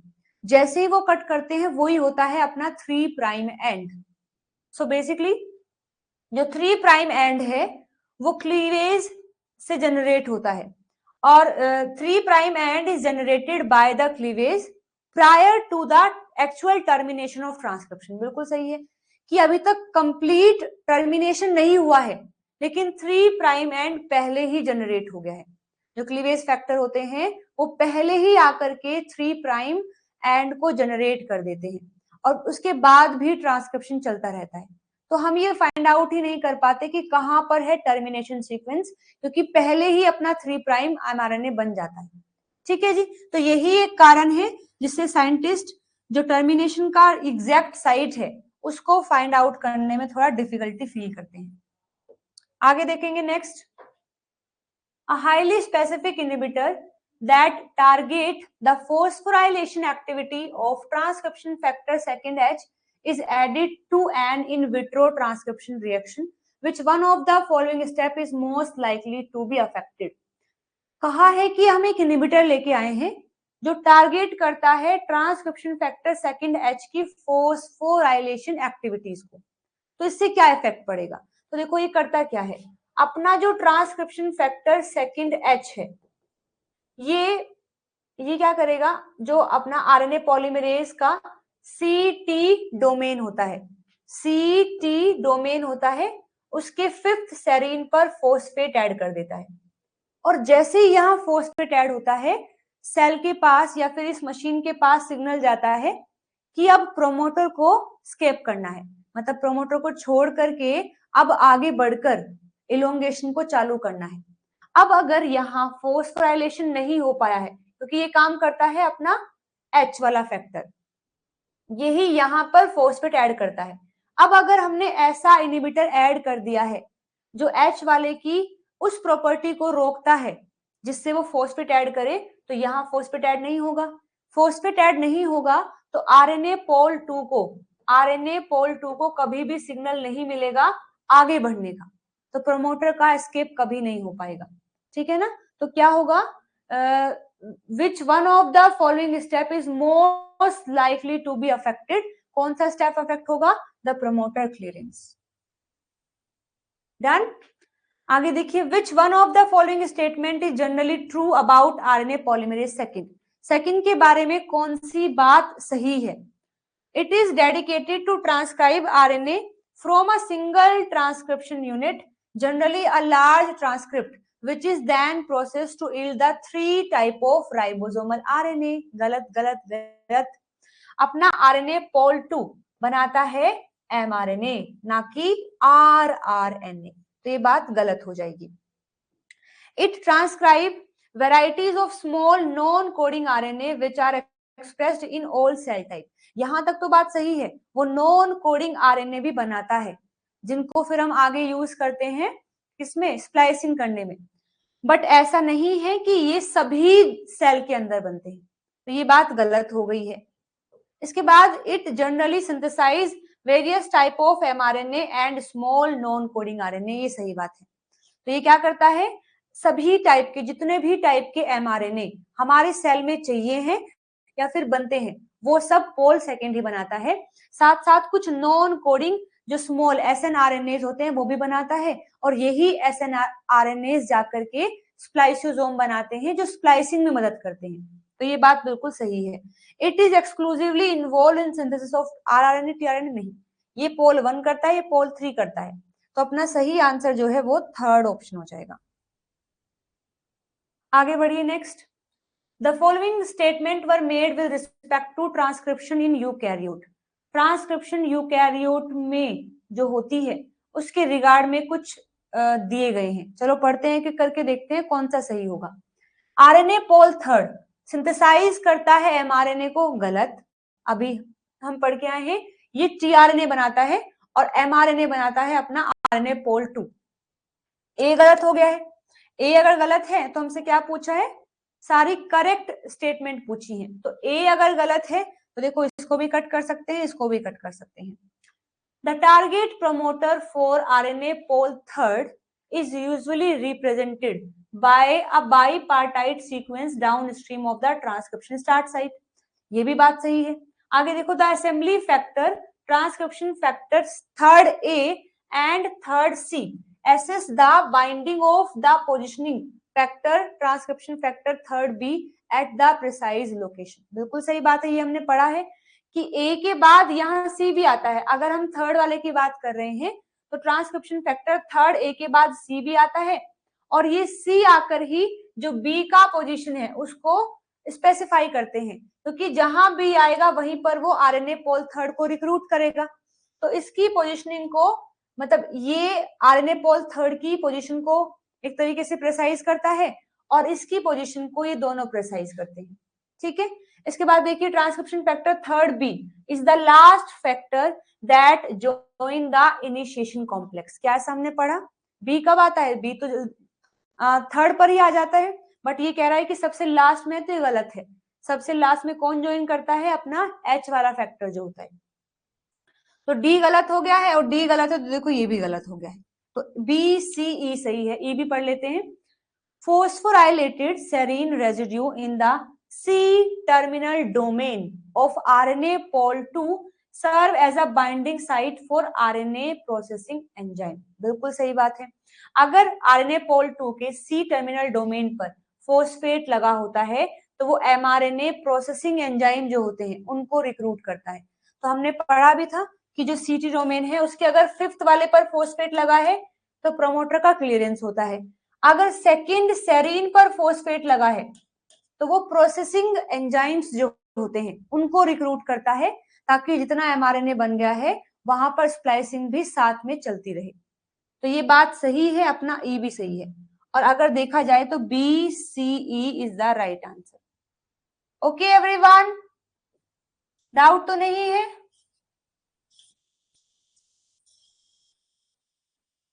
सो B is the right answer. आगे बढ़ेंगे next. The following statement are related to transcription in bacterial and eukaryote। दोनों के बारे में स्टेटमेंट दी गई है, सबके बारे में देखते हुए आंसर बताना है, मतलब कौन सी बैक्टीरिया के बारे में बात सही है, कौन सी यूकैरियोट की।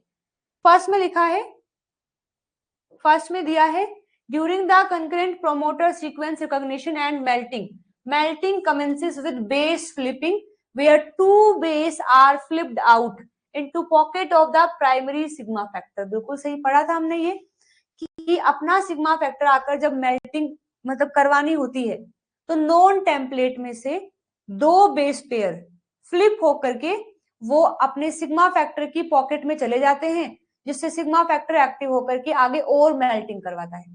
तो ये बात तो बिल्कुल सही है, हमने पढ़ी है। Binding of alpha amanitin to RNA pol second permit the entry of nucleotide into RNA pol second active site and synthesize the RNA but prevent the translocation।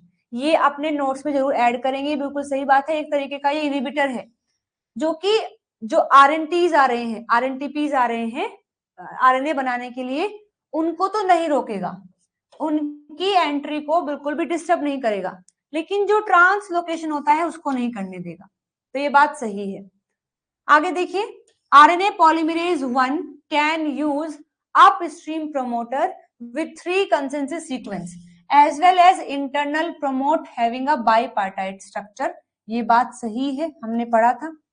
Fact is associated with RNA polymerase during the transcriptional elongation and help displace the histone octamer during the transcription। ये भी हमने पढ़ा है। Eukaryote के अंदर chromatin को हटा करके डीएनए एक्सपोज करना एक बड़ा टास्क होता है, इसलिए फैक्ट हमारी मदद करता है। 2 स्टेप में ये काम करता है। फर्स्ट स्टेप में जो आरएनए पोल के आगे जो डीएनए पार्ट है उसको एक्सपोज कराता है, और पीछे जो काम हो गया है उसको फिर से रिफॉर्म कराता है। तो आपका डी स्टेटमेंट भी सही है। ओके एवरीवन, अब डी अगर सही है हमने देखा कि ए बात भी सही है और डी भी सही है। ए और डी आपको केवल बी में दिया हुआ है। ठीक है जी, तो आपका ए सही है, बी सही है और डी सही है। Got it everyone?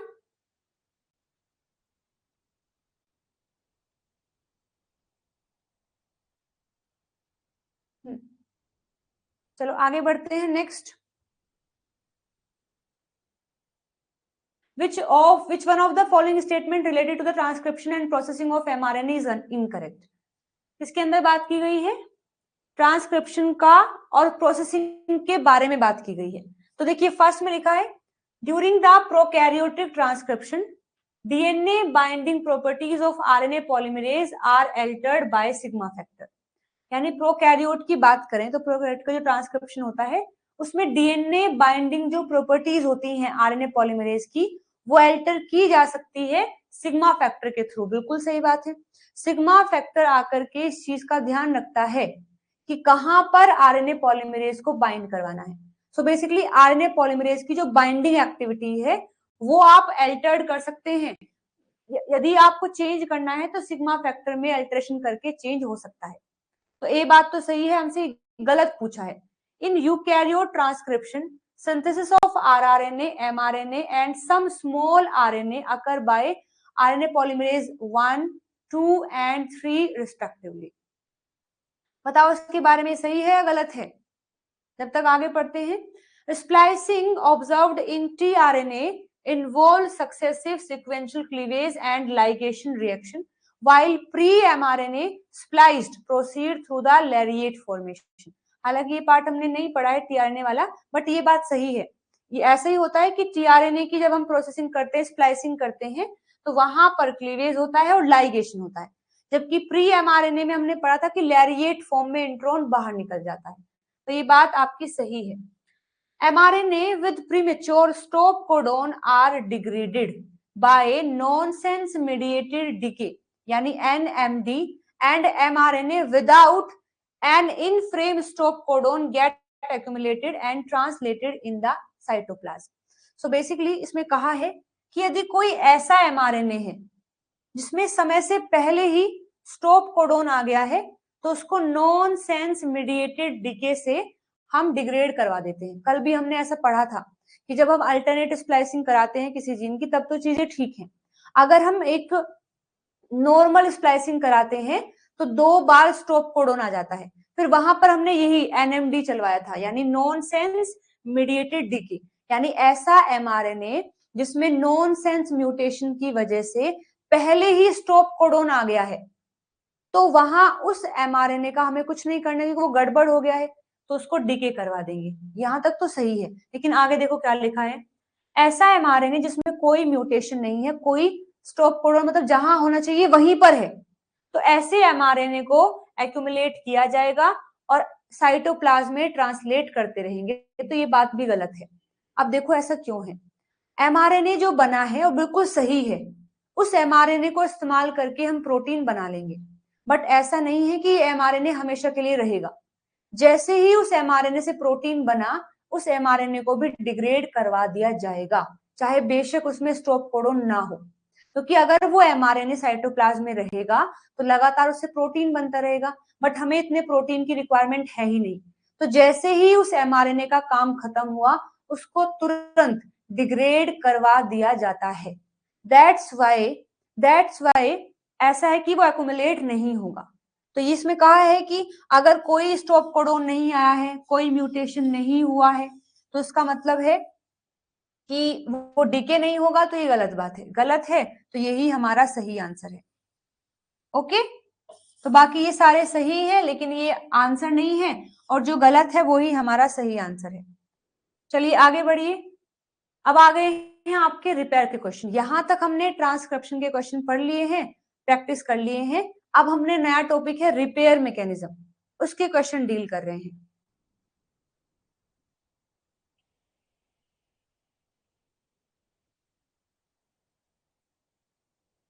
देखो रिपेयर कौन सा क्वेश्चन रिपीट करना है, ये क्वेश्चन रिपीट करना है। इसमें बस देखो हमने यही पढ़ा है, इसमें हमने बस यही पढ़ा है अब तक कि जब प्रोकैरियोट में ट्रांसक्रिप्शन होता है तो आरएनए पॉलीमरेज जब डीएनए से बाइंड करता है तो उसकी प्रॉपर्टीज को हम चेंज कर सकते हैं, अल्टर कर सकते हैं विद द सिग्मा फैक्टर। यानी सिग्मा फैक्टर में अगर चेंज हुआ, सिग्मा फैक्टर में अगर चेंज है तो अपने आरएनए पॉलीमरेज की जो बाइंडिंग प्रॉपर्टीज होती है वो भी चेंज हो जाएंगी, क्योंकि ये ही तो बाइंड करवाता है इसको। तो ये बात तो सही है।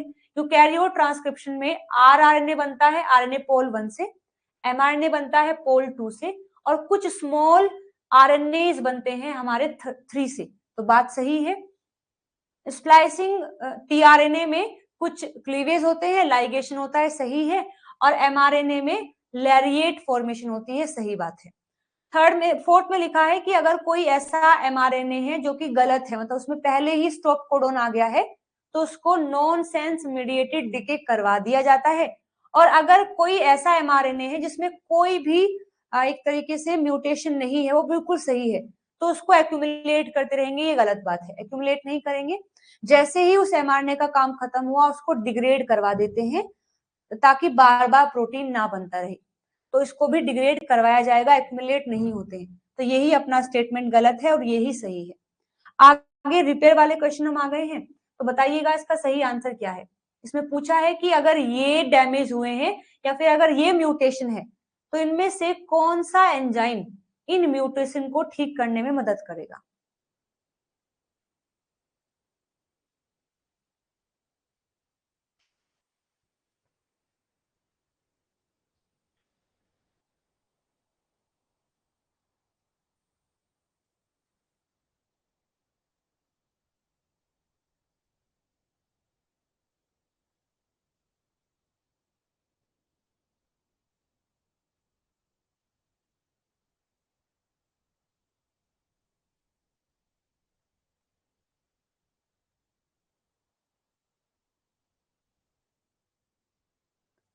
क्या लगता है क्या सही हो सकता है? अगर अपने डीएनए में डैमेज हुआ है, बी ऑप्शन करेक्ट है, थर्ड करेक्ट है, बी। चलो देखते हैं। चलिए देखते हैं। देखो, डैमेज को अगर बाईपास करना है, काफी बड़ा डैमेज है और हम रेप्लिकेशन नहीं रोकना चाहते हैं, हम बाईपास करवा रहे हैं, तो आपको याद होगा मैंने बताया था ना, हैवी ड्राइवर कौन थे? DNA pole 4th and 5th, जिनको हम क्या बोलते हैं? ट्रांसलेशन सिंथेसिस करते हैं। मतलब वो एरर प्रोन रेप्लिकेशन भी कर सकते हैं। अगर किसी डीएनए में बड़ा सा डैमेज आया है तो अपने जो पॉलीमरेज 3rd है, 2nd है, वो हाथ खड़े कर देते हैं कि देखो हम इस पार्ट का रेप्लिकेशन नहीं कर सकते हैं। तब फिर हम बुला के लेके आते हैं अपने डीएनए पॉलीमरेज 4th और 5th को। तो अगर डैमेज को बाईपास करवाना है तो हमें इनकी हेल्प लेनी पड़ती है ना। डीएनए डैमेज को अगर हमें बाईपास करना है तो हम डीएनए पॉलीमरेज 4th का यूज करते हैं, है ना। अगर डैमेज को रिमूव कराना है, अगर हमें डैमेज को रिमूव कराना है तो हम किसको यूज करेंगे? डीएनए ग्लाइकोसाइलेज को, जो कि एपी साइट क्रिएट कर देते थे। रिमेंबर, हमारे पास एक बेस है, बेस में कुछ भी म्यूटेशन हुआ है तो खाली उस बेस को हम हटा देते हैं। तो डैमेज को हम रिमूव कर देते हैं with the help of DNA glycosylase. और डैमेज को अगर रिवर्स करना है तो हम यूज करेंगे डीएनए मिथाइल ट्रांसफेरेज को। रिमेंबर, यहाँ पर भी हमने पढ़ा था कि एक एंजाइम था जो कि अगर किसी पर भी मिथाइल ग्रुप लगा है, किसी पर भी अगर मिथाइल ग्रुप लगा है तो ये एंजाइम आता है, उस मिथाइल ग्रुप को अपने ऊपर लगा लेता है और निकल जाता है बाहर। तो उसको रिवर्स कर दिया। तो जो भी डैमेज हुआ है उसको रिवर्स कौन करेगा? डीएनए मिथाइल ट्रांसफेरेज इस मिथाइल ग्रुप को अपने ऊपर ट्रांसफर कर लेता है। तो डैमेज को रिवर्स कर दिया है, डैमेज को रिमूव ही कर दिया है अपने डीएनए ग्लाइकोसाइलेज ने, और डैमेज को बाईपास किया है डीएनए पॉलीमरेज 4 ने। चलिए मैच करते हैं। 1 का सी है और 2nd का ए है। 1 का सी है, 2nd का ए है, 3rd का बी है, यानी अपना 3rd option is right answer. आगे बढ़ो। UVRABC repair mechanism is involved in repairing। UVRABC हमने कहाँ यूज किए थे? UVRABC हमने कहाँ यूज किया था? हमने यूज किया था न्यूक्लियोटाइड एक्सचेंज रिपेयर में आपको याद होगा कि न्यूक्लियोटाइड एक्सचेंज रिपेयर में बल्कि केमिकल चेंज होते हैं, जबकि अगर हम मिसिंग बेस हो गया है, कोई बेस मिस हो गया है या स्टैंडर्ड ब्रेक हो गया है या क्रॉस लिंक स्ट्रैंड हो गए हैं, तो इनमें अलग मैकेनिज्म होता है। लेकिन यदि बल्कि केमिकल एडेक्ट हो गया है, बहुत बड़ा सा चेंज आया है, लार्ज या फिर बल्कि ग्रुप आकर के ऐड हो गया है, तब हम NER का यूज करते हैं। और NER में ही हम UVR, आपको याद हो पहले UVR A B का डाइमर आता है, फिर C आता है, फिर D आता है, तो वो हम NER में यूज करते हैं। तो आंसर आपका D हो जाएगा। तो पहले आपको देखना था कि UVR A B हम किस में यूज करते हैं, और फिर उसको देखना था कि वो हम कहाँ इस्तेमाल करते हैं। तो D सही आंसर है। नेक्स्ट क्वेश्चन देखिए, pyrimidine dimer formed due to exposure to UV rays can be directly repaired without removing any nucleotide by the repair mechanism known as। तो अगर यूवी रेडिएशन की वजह से डाइमर फॉर्म हो गया है, तो उस डाइमर को बिना रिमूव किए हुए हम उसको सही कर देते हैं। तो कौन सा मैकेनिज्म है जो इस काम को करवाता है? बताइए, बेहद आसान क्वेश्चन है, सभी आंसर देंगे। बिल्कुल सही, बहुत अच्छे। फोटोलाइज का हम इस्तेमाल करते हैं और उसको बोलते हैं फोटो एक्टिवेशन। आगे बढ़िए, UVB induce the damage of DNA by formation of pyrimidine dimer are repaired by the photolyase on absorbing। तो फोटोलाइज फोटो एक्टिवेशन करके pyrimidine डाइमर को हटा देता है। बट फोटोलाइज खुद भी डिपेंड करता है लाइट पर अपने आप को एक्टिव करने के लिए। तो हमने पढ़ा भी था कि ब्लू लाइट वो लाइट है जिसे मिलने पर हमारा फोटोलाइज एक्टिव हो जाता है, और एक्टिव होकर के जहां जहां भी थायमिन का डाइमर बना है या पायरिमिडीन का डाइमर बना है उसको सोल्व कर देता है, यानी ठीक कर देता है। तो आंसर हो जाएगा ब्लू लाइट। आगे देखिए, among the following which mutagen induce the formation of thymine dimer in DNA। इन चारों में से कौन करेगा? जो यूवी रेज होती हैं, अल्ट्रा वायलेट जो रेज होती हैं, वो थायमिन का डाइमर या पैरामिडीन का डाइमर DNA में बना देती है। आगे देखिए, which enzyme is involve in direct repair mechanism against the ultraviolet induced DNA damage. सही, बिल्कुल, photolyase. Genetic disorder xeroderma pigmentosum is due to defecting. ये भी मैंने पढ़ाया था कि जीरोडर्मा पिगमेंटेसम जो डिजीज है वो किसकी वजह से होती है? यदि हमारी बॉडी में NER मैकेनिज्म लॉस हो जाता है तो ये जेनेटिक डिसऑर्डर हो जाती है। तो NER यानी न्यूक्लियोटाइड एक्सचेंज रिपेयर मैकेनिज्म में अगर डिफेक्ट हो गया है तो ये डिजीज हो जाएगी। गुड, आगे बढ़िए। Next, excision repair system replace a short stretch of DNA around the site of damage. The following statement are made about nucleotide excision repair in E. coli। NER की बात की गई है कि NER के बारे में कौन सी बात सही है? तो देखो, हमने पढ़ा है ना कि NER में सबसे पहले जहां पर भी डैमेज हुआ है उसको रिकॉग्नाइज करता है UVR A और B का डाइमर। तो उसमें UVR A भी डाइमर फॉर्म में होता है, B भी, यानी टेट्रामर होता है, वो आकर के चीजों को रिकॉग्नाइज करते हैं। उसमें से जो A होता है वो A आकर के जहां पर भी डैमेज है उसके इस साइड भी और इस साइड भी कट कर देता है। कट करने के बाद UVA गायब हो जाता है, मतलब उसको एग्जिट कर दिया जाता है। UVR B ऐसे बना रहेगा। फिर UVR B C को रिक्रूट करता है, और C को रिक्रूट करने के बाद फिर D आता है। D आकर के उस स्ट्रेच को वहां से हटा देता है। फिर DNA पॉलीमरेज आता है, लाइगेज आता है, वो उस चीज को नया बना करके फिर से सील कर देते हैं। तो ये है अपना NER। तो देखो क्या लिखा है, UVR B homodimer create the nick on one strand on the both side of the lesion. ये गलत है। ये सेम काम, बिल्कुल सेम काम ऐसे ही कि एक ही स्ट्रैंड के दोनों साइड निकिंग क्रिएट की जाती है, वो काम अपने UVR A का है, ना कि B का। तो ये स्टेटमेंट गलत हो जाएगा। The 50 to 60 residue long stretch of DNA between the two nick is removed by the action of UVRD। बिल्कुल सही है। तो UVRD आकर के ही इस स्ट्रेच को जहां पर कट लगे हैं उसे वहां से निकाल देता है। तो अपना ये स्टेटमेंट सही है। जो गैप जनरेट हुआ है उसे आकर के अपना डीएनए पॉलीमरेज 1 फिल कर देता है and the distortion caused by the lesion is recognised and bound by a UVRA and B complex. ये भी सही है कि जहां पर भी डिस्टॉर्शन हुआ है, कोई भी डैमेज हुआ है, सबसे पहले उसे यूवीआरए और यूवीआरबी का जो कॉम्प्लेक्स है वो रिकॉग्नाइज करता है। तो ये बात भी सही है। तो बी सी डी आपका सही है और B C D fourth option में दिया हुआ है। So fourth option is the right answer, यानी यहां केवल ए स्टेटमेंट गलत है। चलिए आगे बढ़े।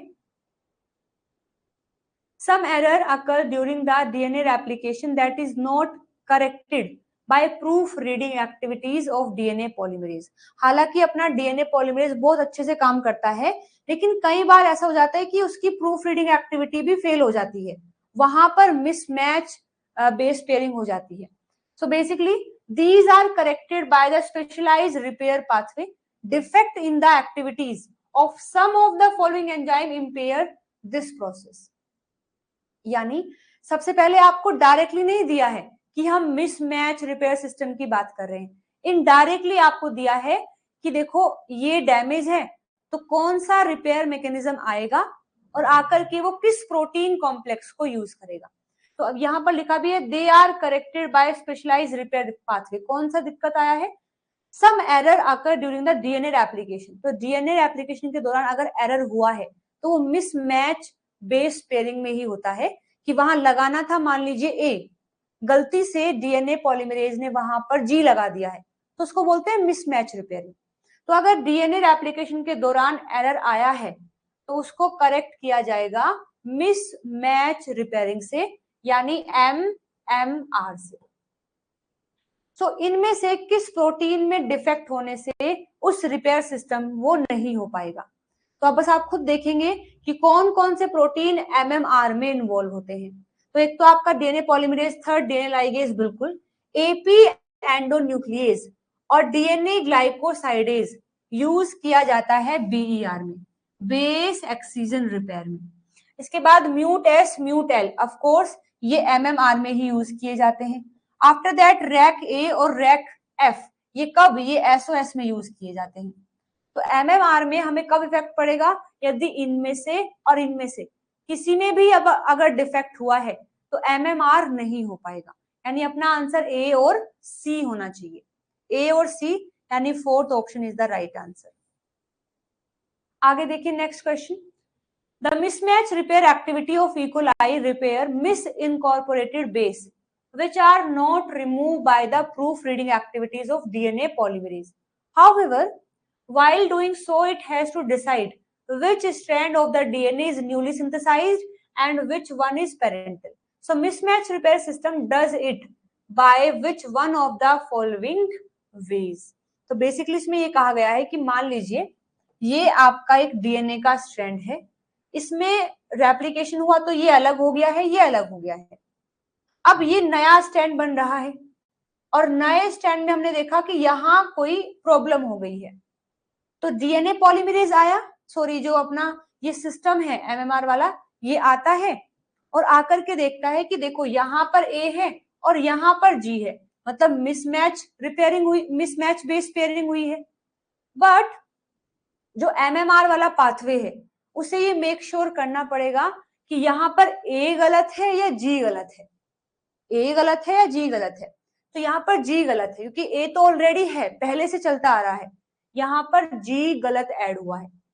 तो अपना जो एमएमआर है वो कैसे इस चीज को फाइंड आउट करेगा कि दोनों स्टैंड में से किसका हटाना है, मतलब कि जो ये ए हटाना है या जी हटाना है। तो कैसे पता लगेगा?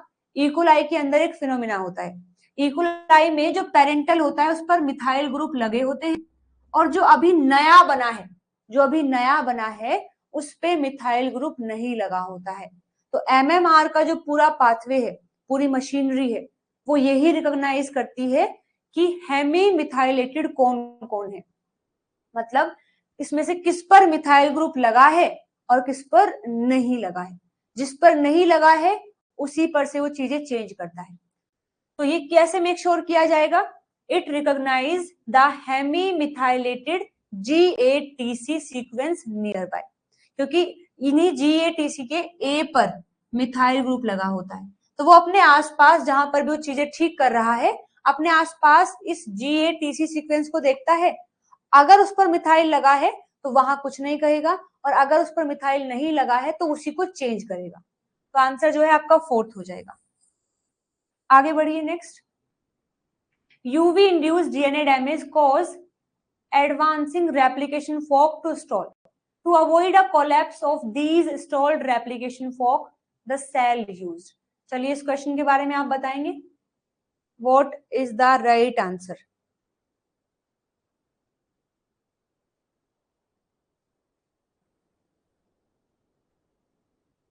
पढ़िएगा ध्यान से, और पहला जो अबव क्वेश्चन है उसके बारे में बताएंगे।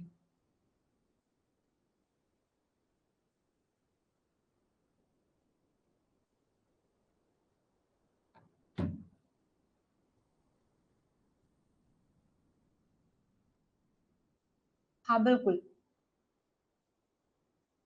बिल्कुल सही है।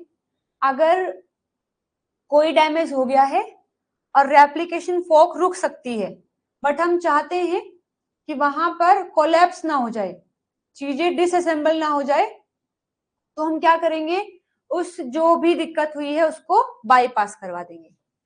यदि हम चाहते हैं रेप्लिकेशन फोर्क जो है कोलैप्स ना करे, तो हम क्या करेंगे, लीजन को बाईपास करवा देंगे।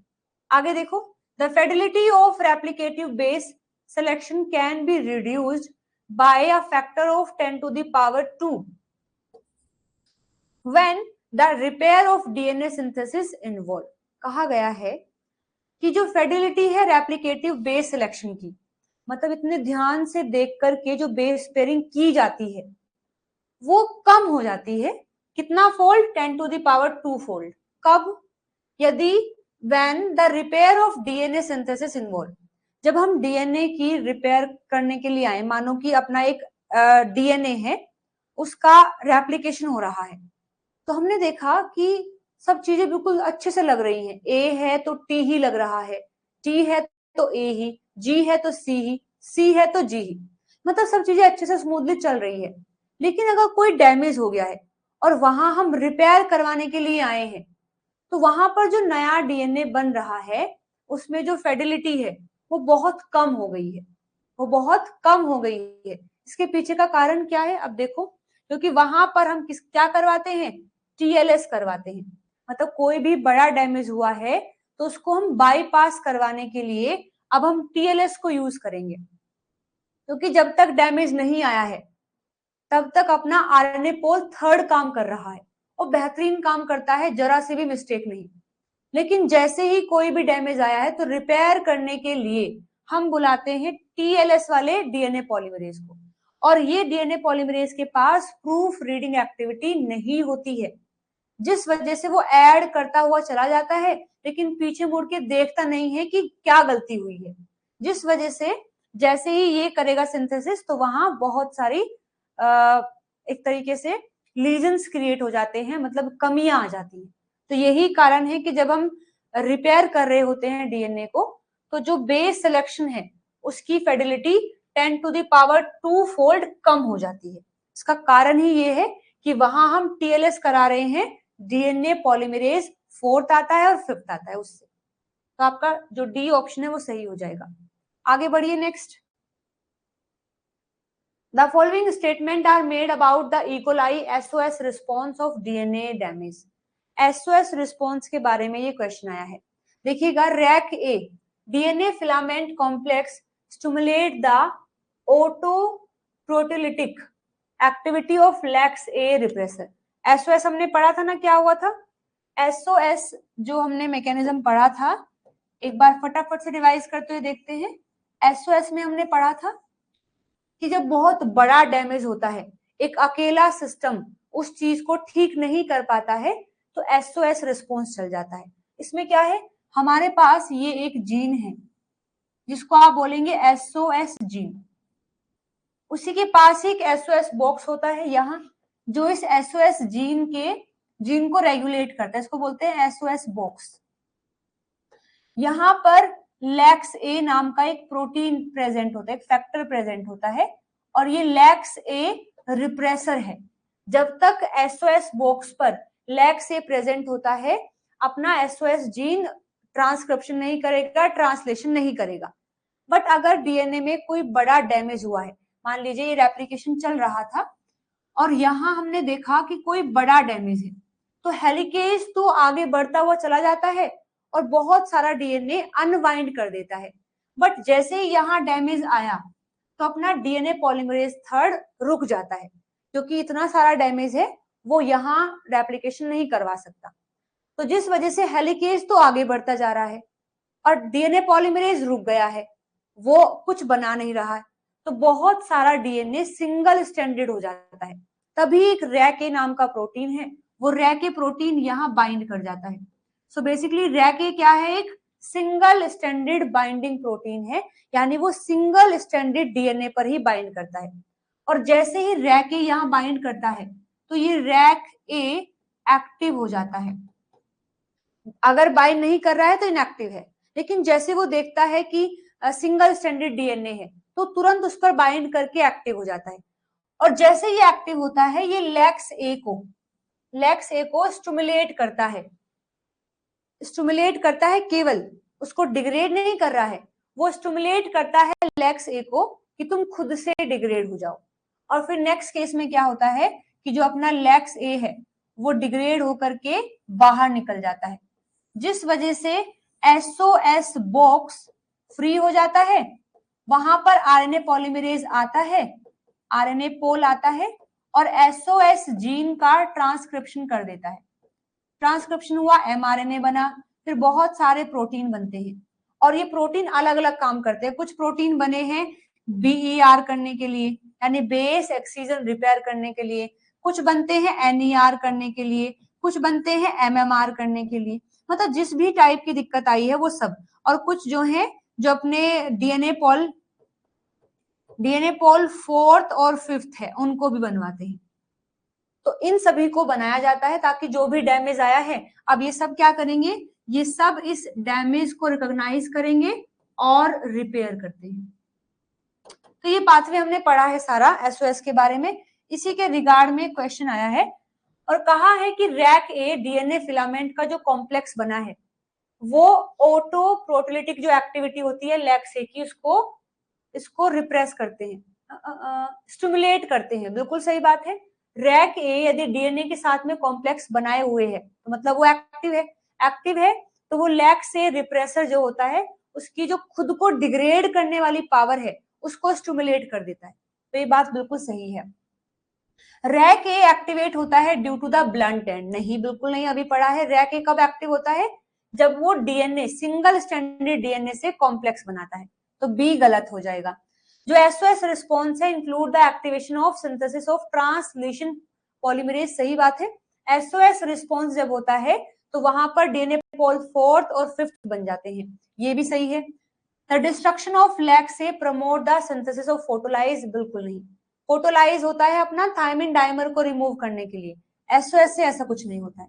तो अपना यहाँ पर सी सही है और ए सही है, ए और सी सही है, यानी कि C option is the right answer. आगे बढ़िए नेक्स्ट। अच्छा क्वेश्चन खत्म हो गए हैं, तो प्रोसेसिंग के क्वेश्चन है, कुछ नए क्वेश्चन भी है रिपेयर और ट्रांसक्रिप्शन को लेकर के, वो मैं आपको जब नेक्स्ट हमारा सेशन होगा पीवाईक्यूज का प्रोसेसिंग में, उसी में ही कर लेंगे। डन एवरीवन, तो आज का अपना पीवाईक्यू सेशन खत्म हुआ है। ये लैक्स ए का नाम सुनकर परम सेंसिंग याद आ जाती है। ओके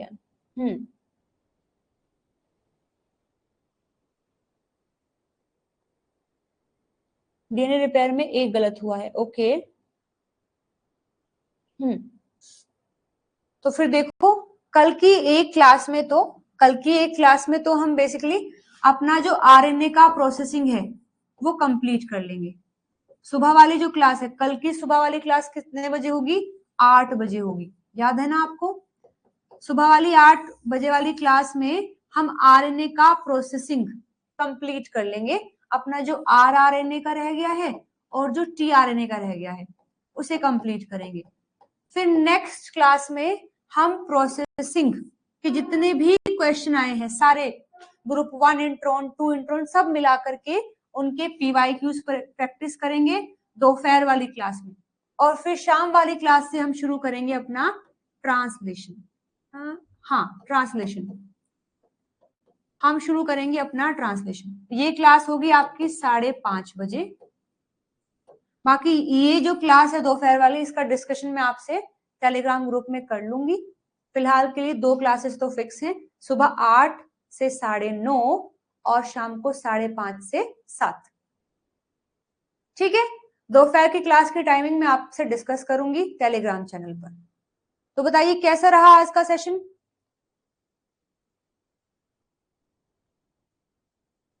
हाँ बोलो क्या डाउट है? डीएनए रिपेयर में 1 गलत हुआ है और ट्रांसक्रिप्शन में 6 गलत हुए हैं, तो मतलब ट्रांसक्रिप्शन तुमने ठीक से नहीं पढ़ा है। चलो कोई नहीं, एक बार फिर से रिवाइज करोगे, बार बार रिवाइज करते रहो। देखो PYQs करने का फायदा यही है, आप लोगों को अपनी गलतियां पता लग जाती हैं कि क्या गलती कर रहे हो। तो तुमने आज देखो क्वेश्चन प्रैक्टिस की, अब तुम्हें पता लगा है कि क्या चीजें ऐसी हैं जिन पर फोकस नहीं किया था लेकिन फोकस करना जरूरी है, और कुछ चीजें ऐसी हैं जो पढ़ी भी थी लेकिन देखो आप भूल गए हो। तो ये बातें तभी पता लगेंगी जब आप PYQs प्रैक्टिस करेंगे या अदर क्वेश्चन प्रैक्टिस करेंगे। ठीक है जी।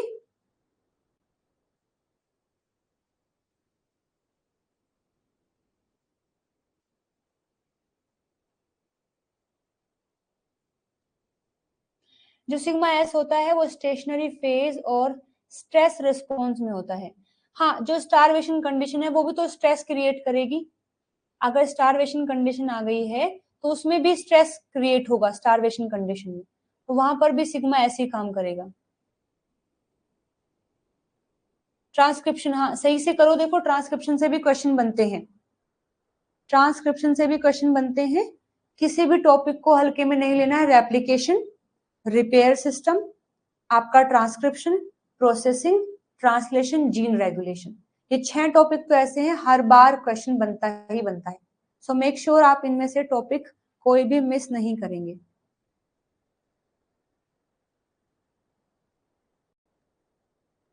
चलिए जी ठीक है, तो फिर मिलते हैं कल 8 बजे। तब तक अपना ध्यान रखिएगा, पढ़ते रहिएगा, हंसते मुस्कुराते रहिएगा और खाना खा लेंगे। ठीक है जी, मिलते हैं फिर कल 8 बजे। Till then bye bye, take care everyone.